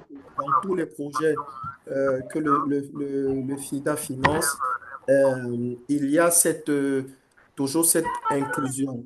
Je vous prends un exemple. On a un projet aquacole qui va commencer. La mission de formulation va commencer d'ici 2 semaines en Côte d'Ivoire. Et on est déjà plus ou moins en train de faire disons, un mapping, hein, une cartographie des acteurs qui se situent sur la chaîne pour pouvoir discuter avec elles afin qu'à la fin de la journée, ce programme ne soit pas un programme solitaire, mais un programme qui englobe les acteurs. On va aller chercher aussi bien les financements qui sont hyper importants.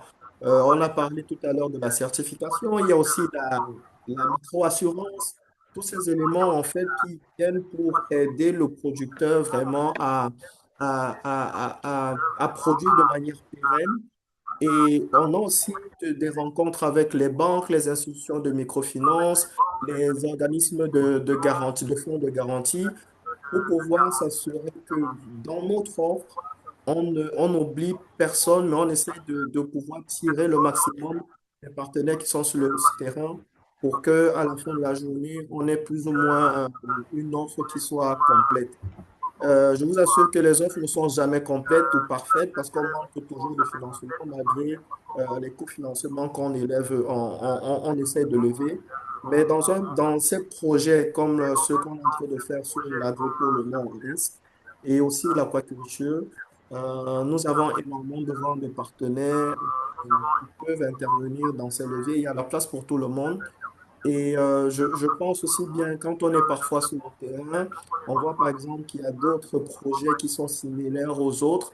Et cette plateforme, c'est peut-être pour moi une opportunité aux partenaires, déjà au PTF, de parler ensemble pour trouver des synergies.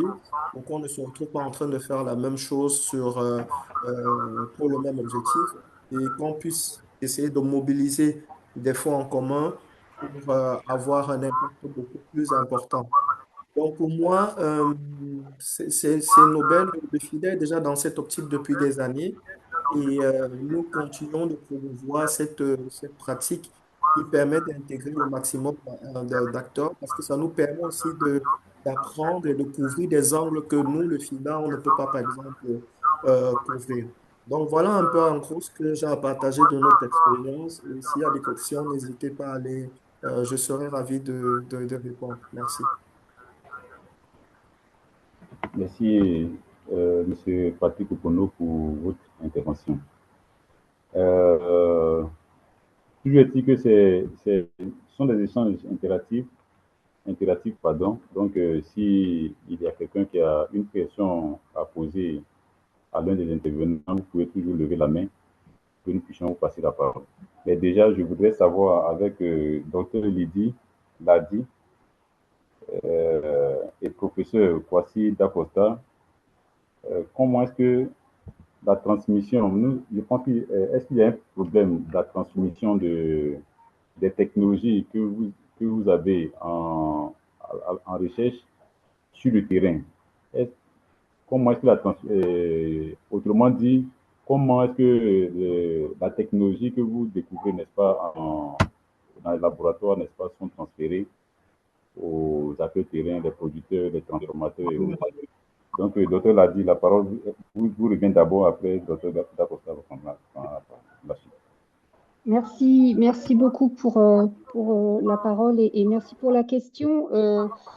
Je ne voudrais pas marcher sur la langue du professeur Dacosta, mais je pense que l'essentiel, c'est de dire que toute forme de recherche qui est co-construite dès le départ dans son questionnement, dans l'identification de la problématique, avec les bénéficiaires finaux, avec les parties prenantes, elle aura beaucoup plus de facilité dans ses produits, dans ses innovations, à être transférées vers ces parties prenantes, puisqu'elles auront été impliquées, y compris au départ dans leur définition. Donc pour moi, le gage de transmission des connaissances, des outils développés par les connaissances, des innovations, elle se fait avant tout beaucoup plus facilement par l'implication des bénéficiaires, des parties prenantes dès le départ dans la définition des axes de recherche, dans le développement technique ou méthodologique qui peut être associé à la recherche fondamentale pour des buts plus finalisés. Donc voilà, c'est l'implication dès le départ et ce côté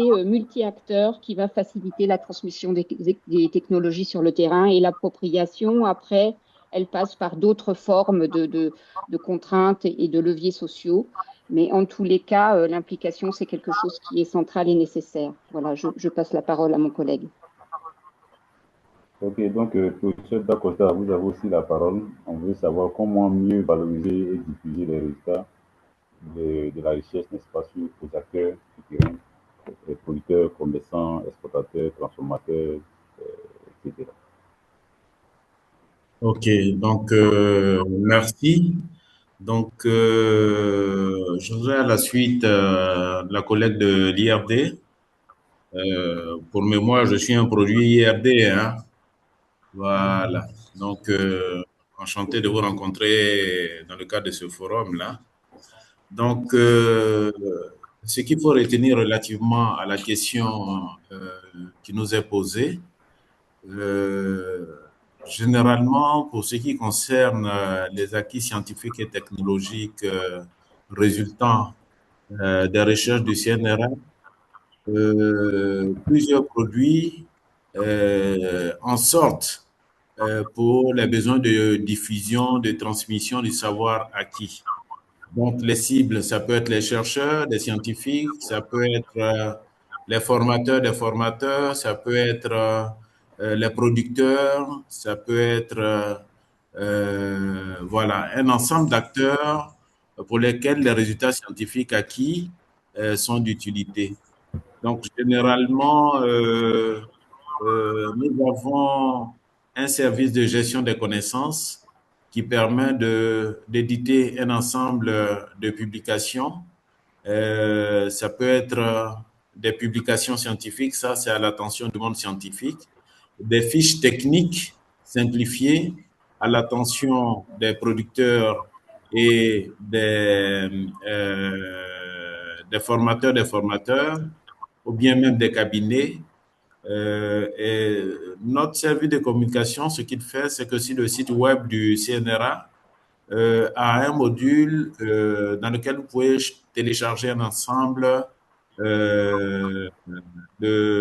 d'éléments, des acquis scientifiques consignés dans ces fiches techniques ou publications du CNRA. L'autre mode de diffusion des innovations technologiques sont ce qu'on appelle les postes d'observation en milieu réel ou en milieu paysan, qui nous permettent à certains moments, avant la vulgarisation d'un ensemble de technologies, de mettre un dispositif d'évaluation de la technologie éprouvée en station avec des parcelles disposées côte à côte, celle du paysan, celle de la recherche, et naturellement le paysan qui a l'œil sur l'évolution de la parcelle de la recherche comprend que c'est le bon système, etc. Donc, et le niveau d'expression des résultats sur le terrain permet de favoriser un certain taux d'adoption ou de rejet, parce que le paysan peut rejeter aussi. On a eu ce cas au niveau de Korogo, où, dans le cadre d'une recherche effectuée par le CNRA et Africa Rice, il y avait deux cas de situation. Le paysan a eu à disposition une variété parfumée à haut rendement et cette variété d'Enikasha. Mais finalement, pour le test qui a été fait en matière d'adoption, le paysan, quand on lui a posé la question, a préféré la variété d'Enikasha. Alors tout le monde était surpris. Et la réponse était que avec du riz parfumé, son sac de riz de 50 kilos ne permettrait pas d'atteindre la fin du mois, alors qu'avec le Denikasha, il avait l'assurance que la famille pouvait manger durablement, etc. Donc, l'autre niveau de diffusion des acquis scientifiques et techniques pour ce qui est du dispositif national conduit par le CNRA, c'est que toutes les innovations technologiques éprouvées là sont transférées à l'ANADER, à l'Agence nationale de développement rural. Et pour cela, nous leur envoyons nos fiches techniques et nous assurons la formation des formateurs.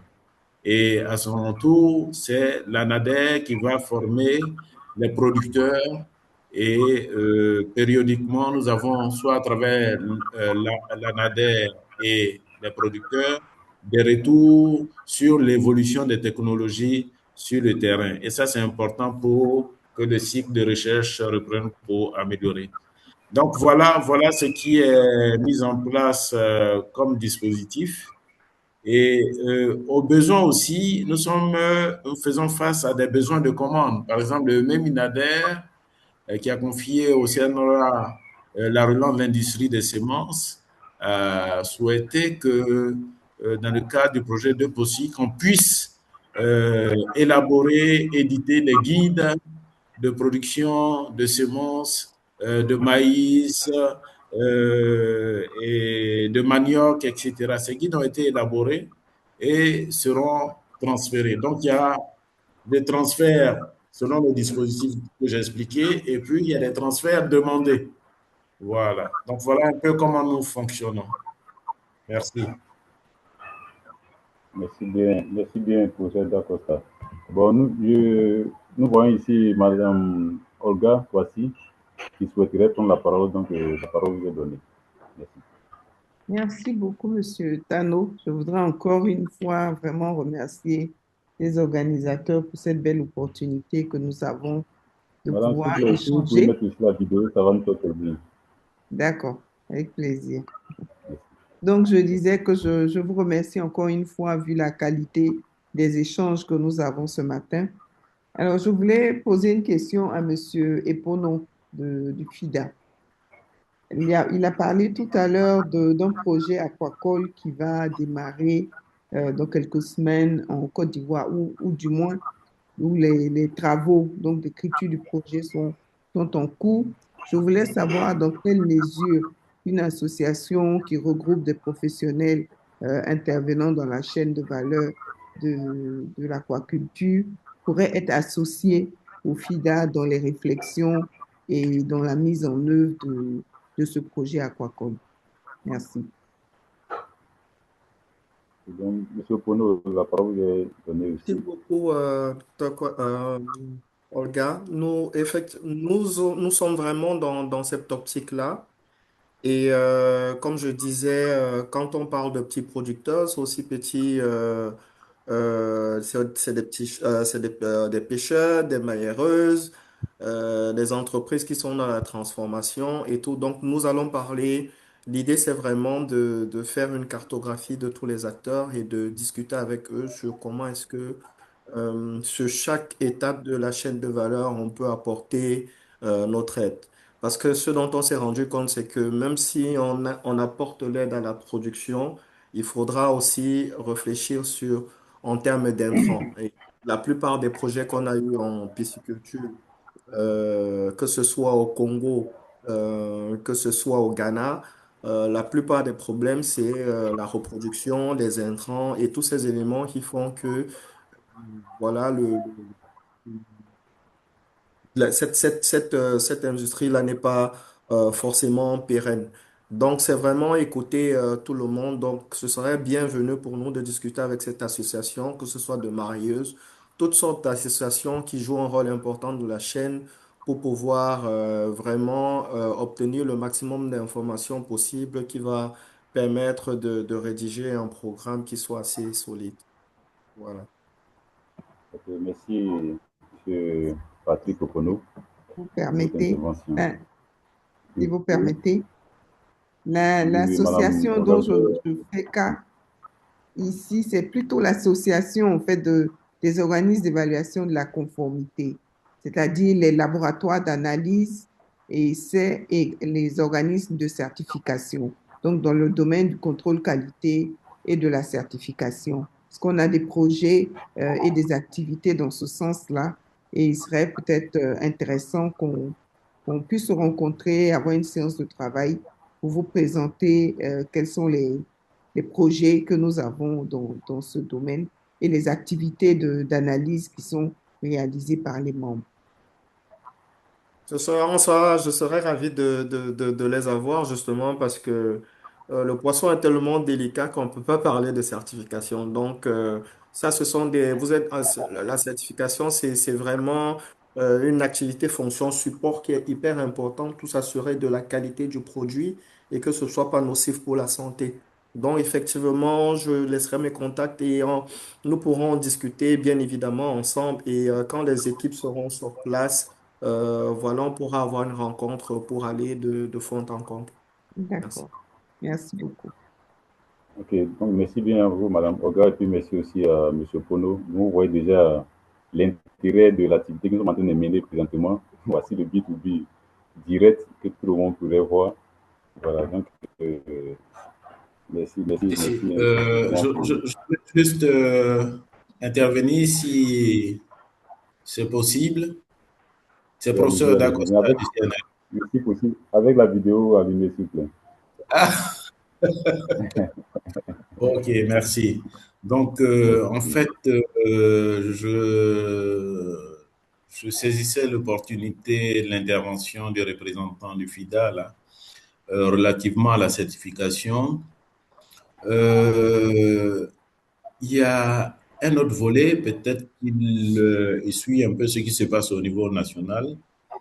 On a une forme de certification au niveau de la production de semences. La production de semences. Parce que pour l'aquaculture, on a quelques difficultés.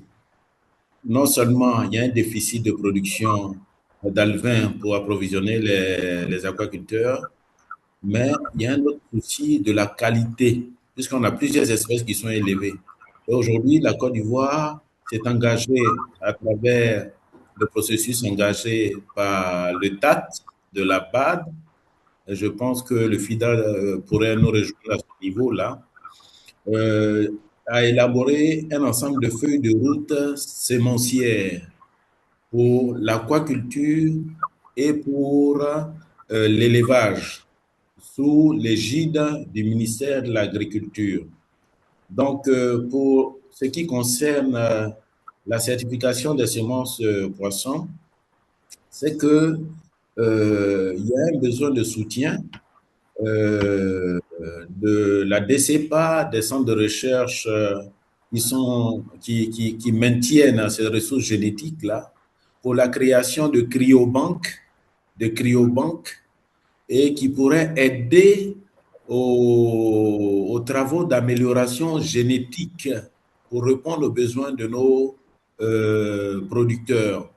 Ce volet-là, génétique, est faiblement développé, alors qu'on souhaite améliorer la productivité du poisson d'élevage en Côte d'Ivoire. Donc, je pense qu'il y a intérêt que le FIDA se penche sur ces aspects. Et également, si d'aventure il y a de l'intérêt, le CNRA reste ouvert à vous recevoir ou bien à nous recevoir également. Donc, c'est ce que je voulais indiquer. Merci. Et merci à vous, professeur Dacosta. Excusez-moi hein, si je dis, docteur, vous êtes un professeur. Non, c'est pas grave. C'est pas grave. Okay. Donc, vous comprenez combien de fois est-ce qu'il y a autant de questions qu'on peut se poser dans le domaine agricole. Et on ne peut pas tout discuter aujourd'hui. Nous avons même voulu qu'il y ait des exposés sur des cas de co-construction qui ont vraiment réussi aussi bien en Côte d'Ivoire comme à l'extérieur, pour que nous puissions voir si effectivement ces modèles pourraient être dupliqués. Mais le temps est en train de courir. Nous sommes à présent à 11h46. Je sais que vous êtes des personnalités très occupées. Ce n'est pas évident qu'on puisse vous demander de nous accorder encore une heure. Donc, il y a des parties, n'est-ce pas, de l'activité que nous allons devoir ce soir. On ne pourra pas présenter ces projets. Mais toujours est-il qu'il y a d'autres conférences à venir. Normalement, cette conférence d'aujourd'hui devait se tenir en anglais et en français avec l'intervention de certains partenaires extérieurs. Bon, au dernier moment, on a eu une petite difficulté quant aux traducteurs. Donc, il a fallu que nous puissions rester en français. C'est pourquoi les autres ne sont pas venus. Donc, l'activité du BIM dont nous parlons est une activité à laquelle nous avons fait venir des acteurs de l'extérieur. Il y a par exemple ICRISAT, qui est une organisation internationale de développement agricole qui est dans différents pays, qui travaille dans différents pays, comme au Niger, en Afrique ici, qui devait être aussi présent. Et le représentant du Niger de cette structure devait être avec nous. Malheureusement, il y a eu des contraintes. Il avait demandé à pouvoir joindre un peu en retard, mais apparemment, il n'a pas pu avoir le temps. Mais la prochaine fois, d'autres organisations internationales vont nous rejoindre, d'autres, en fait, des hommes d'affaires, des investisseurs, effectivement, pourront nous rejoindre. Et ce sera vraiment une rencontre bilingue pour toujours échanger sur les opportunités que nous pouvons, n'est-ce pas, mieux développer lors du forum à venir.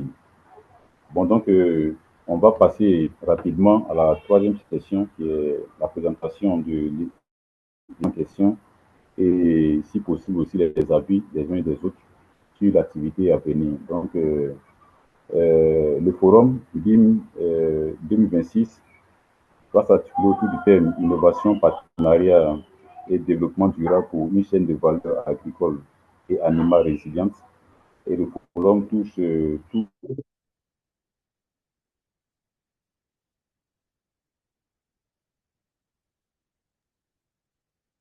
On a perdu notre président de séance. Oui, on n'entend plus. Hein.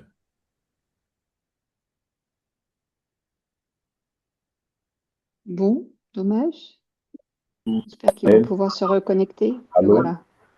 Allô, vous m'entendez? On vous entend de nouveau, oui. On vous entend. Ah, on entend de nouveau.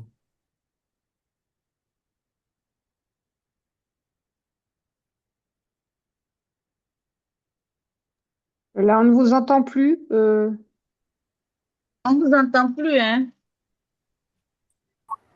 D'accord, ok. Donc, allez-y. Ça y est, on vous Allô? a Vous m'entendez? récupéré. Oui, oui, On c'est vous bon entend maintenant. D'accord. Donc, On t'a comme je perdu disais, pour quelques minutes il y aura avant. lors du forum BIM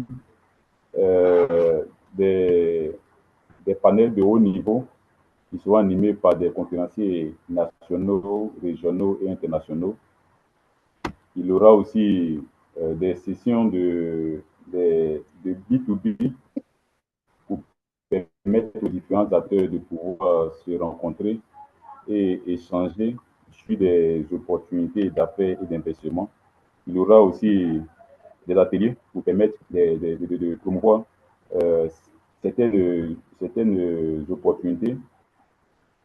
Et en fait, enfin, il y aura une table ronde sur la co-construction internationale à laquelle nous invitons nos autorités, c'est-à-dire des ministères techniques, des partenaires,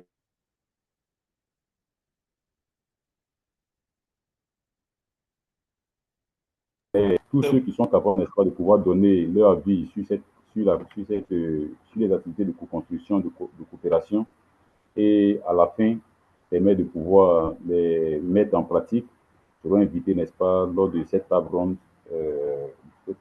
Là. Voilà. Donc, nous attendons 2000 participants qui seront issus vraiment de tous les secteurs privés, des secteurs publics, des secteurs académiques. Vous voyez déjà ici, il y a des scientifiques, des universitaires, des institutions de coopération internationale qui sont avec nous ici. Donc, c'est tous ceux-là qui seront regroupés, même les acteurs, les premiers acteurs, n'est-ce pas, de la chaîne de valeur agricole, les producteurs, les exploitateurs et autres qui seront effectivement présents pour que nous puissions ensemble, n'est-ce pas, réfléchir sur de nouvelles donnes. Ce n'est pas nouveau, c'est vrai, mais à chaque fois que nous retrouvons ensemble, il y a quelque chose de nouveau, n'est-ce pas, que nous arrivons à trouver comme solution et que nous puissions, n'est-ce pas, implémenter sur le terrain. Déjà, je voudrais dire que nous sommes honorés de compter sur la présence, enfin, sur l'engagement de certains partenaires de référence déjà, donc déjà le FIDA, vous avez vu, comment dire, monsieur Patrick Oniono, qui est au Pono, pardon, qui est avec nous et qui confirme effectivement leur présence à l'événement. Il y a le CNRA qui est aujourd'hui représenté par professeur Dacosta. Il y a le CDT qui est représenté par M. Keita Kwasi. La GIZ, bon, M. Laurent Gomis devait être là au nom de la GIZ, malheureusement. Apparemment, il a dû avoir un contretemps, qui a fait qu'il n'a pas pu être là. L'IRD, qui est ici représenté par Dr Lydie Ladi. L'IRAG, c'est l'institut, c'est un peu l'équivalent de CNRA en Guinée. C'est aussi partenaire à l'événement qui seront là. Et leurs représentants à cet événement, à ces rencontres-là, m'a envoyé un message qui me dit qu'il a eu un petit contretemps qui devait nous joindre par la suite, mais malheureusement, il n'est pas pu venir. Certainement que ce contretemps n'a pas pu être réglé à temps. Mais ce n'est pas bien grave. Je pense que la prochaine fois, tous ceux-là seront encore avec nous. Donc, la rencontre devait se tenir, le forum BIM en question devait se tenir du 11 au 12 mars 2026, c'est-à-dire pratiquement à un mois et quelques jours de l'événement. Mais comme vous le savez, nous, enfin, en Côte d'Ivoire, il y a eu l'année passée, la fin d'année passée, déjà en octobre, l'élection présidentielle, qui a mobilisé vraiment tous les acteurs, tous les ministères, enfin tout le monde autour de cette élection. Et après, en décembre, il y a eu l'élection parlementaire. Donc, ce qui a fait que ça a été un peu difficile pour nous de pouvoir échanger avec nos autorités. Et aujourd'hui, tout ce que nous sommes en train de discuter là, c'est tout le monde, n'est-ce pas, ensemble, qui peut permettre, n'est-ce pas, de pouvoir faire en sorte que les résultats que nous allons pouvoir avoir ici puissent être implémentés. L'objectif, ce n'est pas de juste venir discuter et puis chacun repart chez lui, chaque fois venir discuter et puis repartir.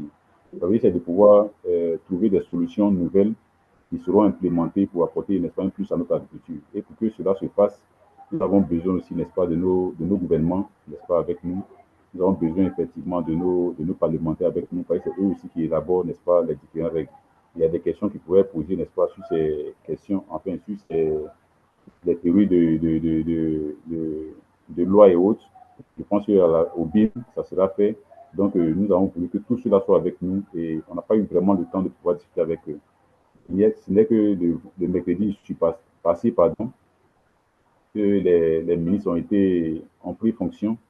Donc, nous allons repartir vers eux, ce qui fait que finalement, nous sommes obligés, n'est-ce pas, de déplacer la date du forum.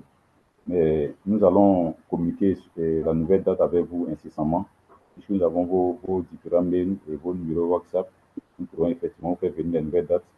Et nous allons aussi demander conseil auprès de chacun de vous aussi, que la date soit la meilleure possible, aussi bien pour nous-mêmes, organisateurs, pour les acteurs et pour tous les partenaires, n'est-ce pas, qui sont avec nous.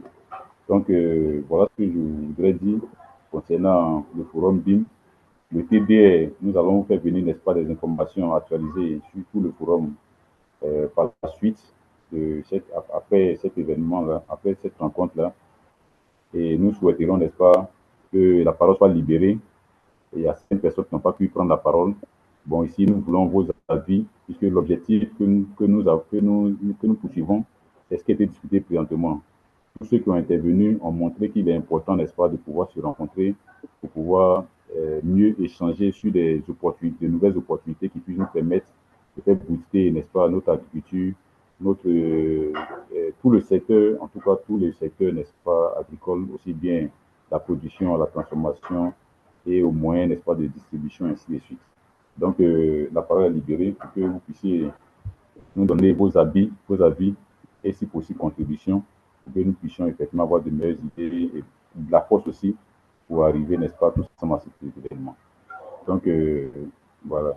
Bon, je vois déjà que Mme Emeline Amagua a levé sa main, donc vous avez la parole, madame. Merci bien, monsieur Tano. Je n'avais Tout pas en bien... mettant la vidéo, s'il vous plaît. Ah, Tout en mettant la vidéo. bon, ok. Je n'avais pas... Attendez, je vais activer ma vidéo. Voilà. Donc, je vous dis merci d'abord pour toutes ces informations que vous avez partagées à notre niveau.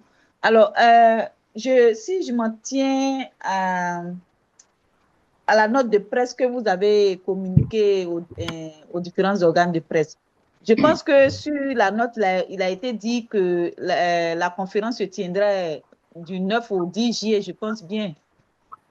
Ou bien la date a changé après? Non, c'est pas, en fait, c'est ce que je dis, en fait, puisque la véritable date, c'était du 11 au 12 mars, normalement. Mais effectivement, le document que nous avons fait venir, puisque nous avons fait venir tout dernièrement, nous avons actualisé. Mais tout est que cette date-là sera essayée. Nous allons échanger avec les différents acteurs pour pouvoir confirmer incessamment, effectivement, les prochaines dates. Voilà. Allô? Allô? Allô? Bon, apparemment, Mme Opono a un petit souci de connexion. Donc, nous allons passer à Mme Oga Kwasi. Mme Oga Kwasi, vous avez la parole, s'il vous plaît. Merci, M. Tano.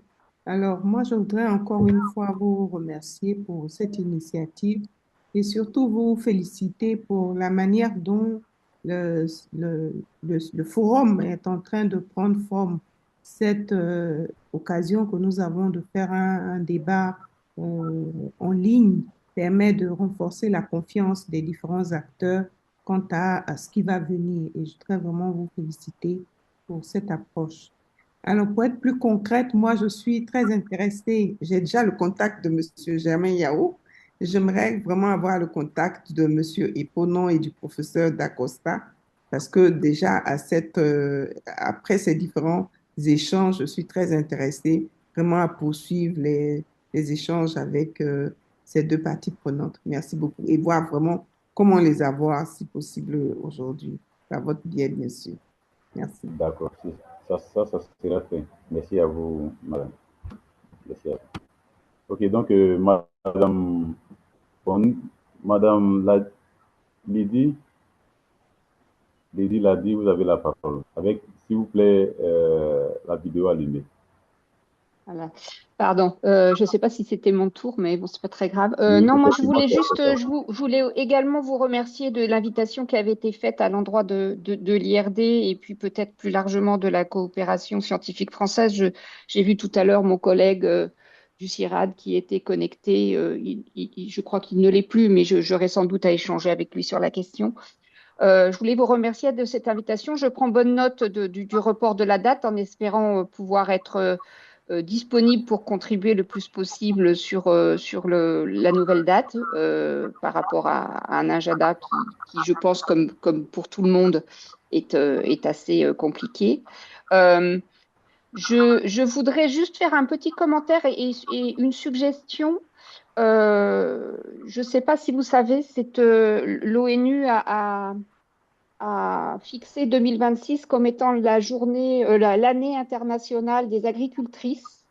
Et je pense que ce serait une opportunité de rebondir sur cette année onusienne pour donner une part belle dans les échanges aux agricultrices. Alors, quand on dit agricultrice, hein, ça englobe toutes les productrices, toutes les transformatrices, etc. Voilà, et je pense que peut-être gardons ça à l'esprit dans la programmation des activités pour peut-être dans une table ronde donner la parole à des associations de productrices. En tous les cas, je pense que ce serait de bon ton de rebondir sur cette année internationale des agricultrices de l'ONU pour cette année 2026. Voilà. Merci. Merci bien, madame. Merci bien, madame, pour cette contribution. Et puis, nous allons en tenir compte effectivement dans tout ce que nous faisons pour l'organisation du BID. Merci. Donc, je vois Sudig qui est aussi, bon, je ne sais pas, excusez-moi, je ne sais pas encore, c'est une dame ou bien un homme. Oui, allô? Vous avez la parole. Oui, bonjour. Ça va, vous allez bien? Je pense que ça a été bien. On n'a pas eu de contretemps. On était toujours là depuis le début. Mais ce n'est pas grave. On va se rattraper. Et comme on avait déjà commencé les discussions dans nos bureaux au niveau de la GIZ, c'est Laurent Gomis. Je suis membre de la GIZ, mais détaché dans un projet qui s'appelle BICAP. C'est en anglais et en français, c'est appuyer l'autonomisation des femmes à travers la transformation du cajou. Et nous sommes dans les trois pays, Sénégal, Guinée-Bissau et Côte d'Ivoire en majorité, et le siège est ici en Côte d'Ivoire. Mais bon, je ne vais pas refaire la présentation du projet ici. Je pense que on avait déjà présenté le projet dans les premiers forums. C'est vrai que nous ne sommes pas en plein dans la recherche, mais nous consommons ce que vous, chercheurs, vous produisez. Et je suis vraiment très content d'entendre les belles initiatives qu'il y a ici. Et je pense que nous aurons l'occasion de pouvoir nous rattraper. Merci aussi pour la date qui est fixée pour le forum. On va communiquer cette date-là dans différents projets afin de pouvoir se préparer en conséquence. Donc, vraiment, merci. Et je m'excuse encore du fait qu'on n'a pas pu intervenir durant les présentations. Allez, merci. Okay, merci, monsieur Laurent Gomis. Il faut dire que je ne savais sincèrement pas, je n'ai pas pu vous retrouver, puisque je regardais un peu la liste, je pensais que j'aurais écrit Laurent Gomis, et puis bon, je ne connais pas le nom, je n'ai pas pu le là. Donc, excusez-nous, sinon... Non, en fait j'utilise ma machine personnelle parce que les machines de la GIZ ne prennent pas la plateforme Zoom, en fait. Nous sommes sur Teams et c'est vraiment, il y a des restrictions, je ne peux pas l'installer sur ma machine, donc sur la machine officielle. Donc voilà pourquoi j'ai utilisé ma machine personnelle. D'accord. Merci bien pour votre présence avec nous. Bon, il est à présent 12h03. Je ne sais pas s'il y a une autre personne qui souhaiterait intervenir rapidement pour qu'on puisse, si possible, se dire au revoir. Allô? Je t'entends très Allô? mal. Il est 10 heures, pardon, il est 12 heures, 3 minutes à ma montre. Donc, je demandais, est-ce qu'il y aurait quelqu'un d'autre qui souhaiterait intervenir rapidement avant que nous puissions clore à la rencontre. Okay. Bon, ouais, Monsieur Guy Mbikaï, la parole vous est donnée. Alors, bonjour à tous. Il y a longtemps que je suis cette rencontre qui est très passionnante. Je voudrais vous encourager, vous féliciter tous en vos grades et qualités pour ce que vous faites dans le domaine de l'agriculture. Pour ma part, je voudrais dire que il est bon de parler de multiforme, multifinancement et d'autres choses, mais aussi intégrer le volet linguistique. Guy Mbikaï, veuillez vous présenter pour que nous puissions Oui, savoir je me présente que tout le monde rapidement. puisse Je savoir qui vous suis êtes. Guy Blekaï, je suis interprète et traducteur au ministère des Affaires étrangères et passionné d'agriculture. Donc, ça m'a intéressé de participer à cette rencontre ce matin. Donc, ce que j'étais en train de dire, c'est de vous encourager à mettre l'accent. Je sais que vous le faites déjà, mais mettre plus d'accent encore sur l'aspect multilinguistique de vos collaborations, parce que si nous voulons que l'agriculture soit portée sur les fonds baptismaux et les financements soient faits également, il faut bien avoir le pilier de la linguistique, donc la traduction et de l'interprétation, qui soit mis en avant. Et nous serons volontiers ravis de vous accompagner. Nous, en tant qu'interprètes et traducteurs, et surtout le ministère des Affaires étrangères à travers son service de la traduction, pour mener à bien tous vos échanges. Voilà un peu l'objet de ma contribution ce midi et je vous souhaite plein succès à vos travaux. Merci.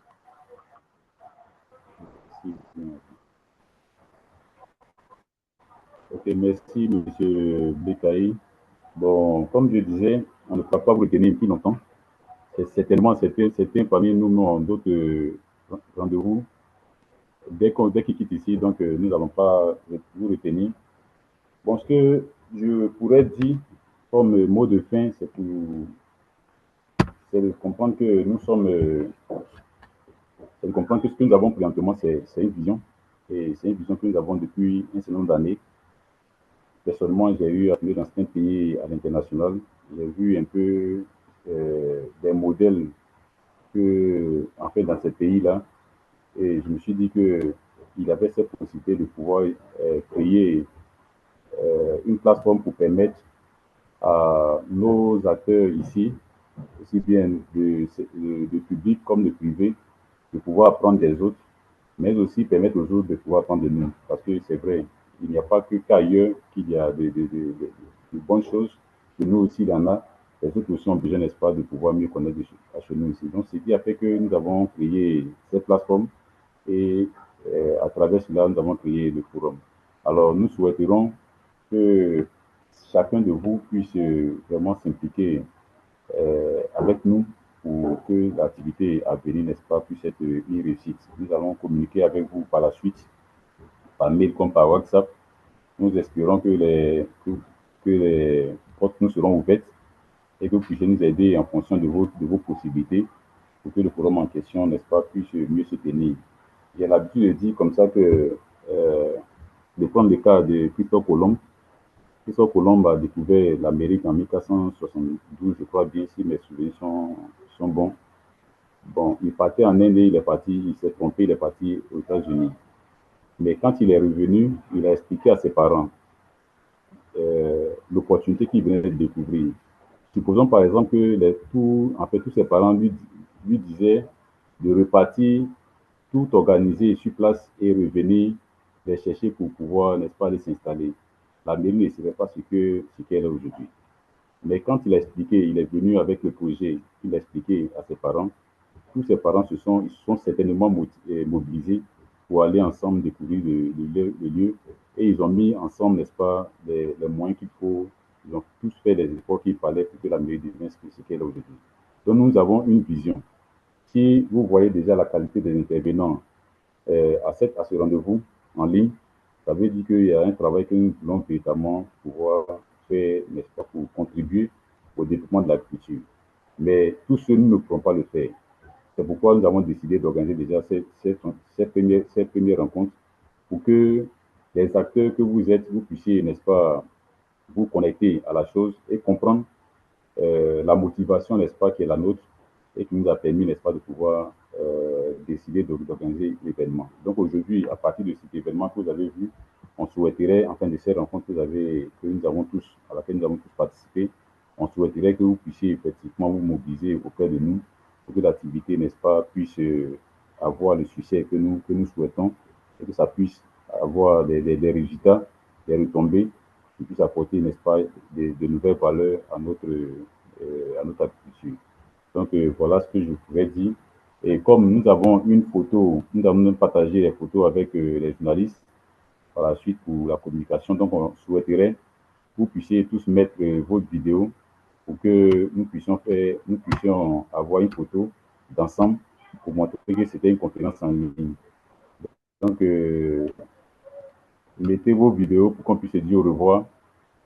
Mettez tous vos vidéos, s'il vous plaît, pour qu'on puisse se dire au revoir.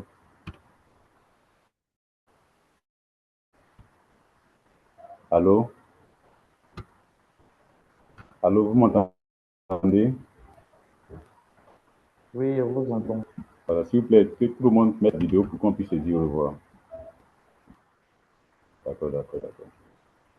Et juste pour quelques minutes, Monsieur Niamey Yao, votre vidéo n'est pas encore allumée. Madame Orga, votre vidéo n'est pas allumée. Monsieur Laurent Gomis, votre vidéo n'est pas allumée.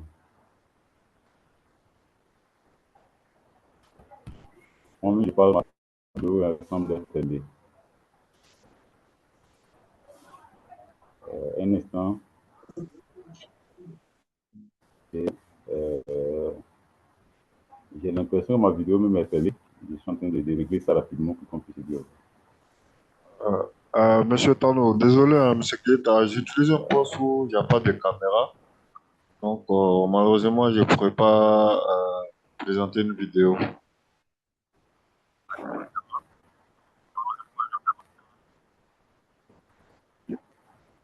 C'est pas bien grave, c'est pas bien grave, c'est pas bien grave.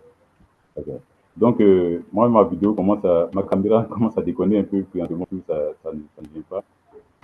Bon, déjà, je vous remercie tous pour votre contribution. Et je pense qu'on a pu, avec la vidéo des uns des autres, c'est déjà suffisant pour que nous puissions avoir une bonne image pour nos partenaires médias. Donc, sur ce, nous voudrons vous remercier et continuer. Voilà, sur ce, nous voulons vous remercier et nous allons continuer les échanges par message, par WhatsApp si possible. Merci à tous et au revoir.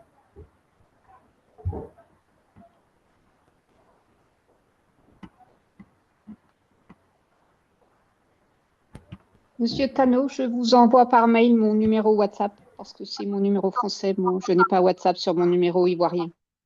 D'accord. D'accord, d'accord. Au revoir, merci. Votre numéro WhatsApp, oui. Je vous l'envoie sur le mail. Vous m'envoyez ça par mail alors.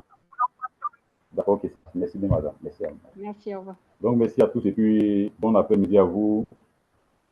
Bon après-midi à vous. Je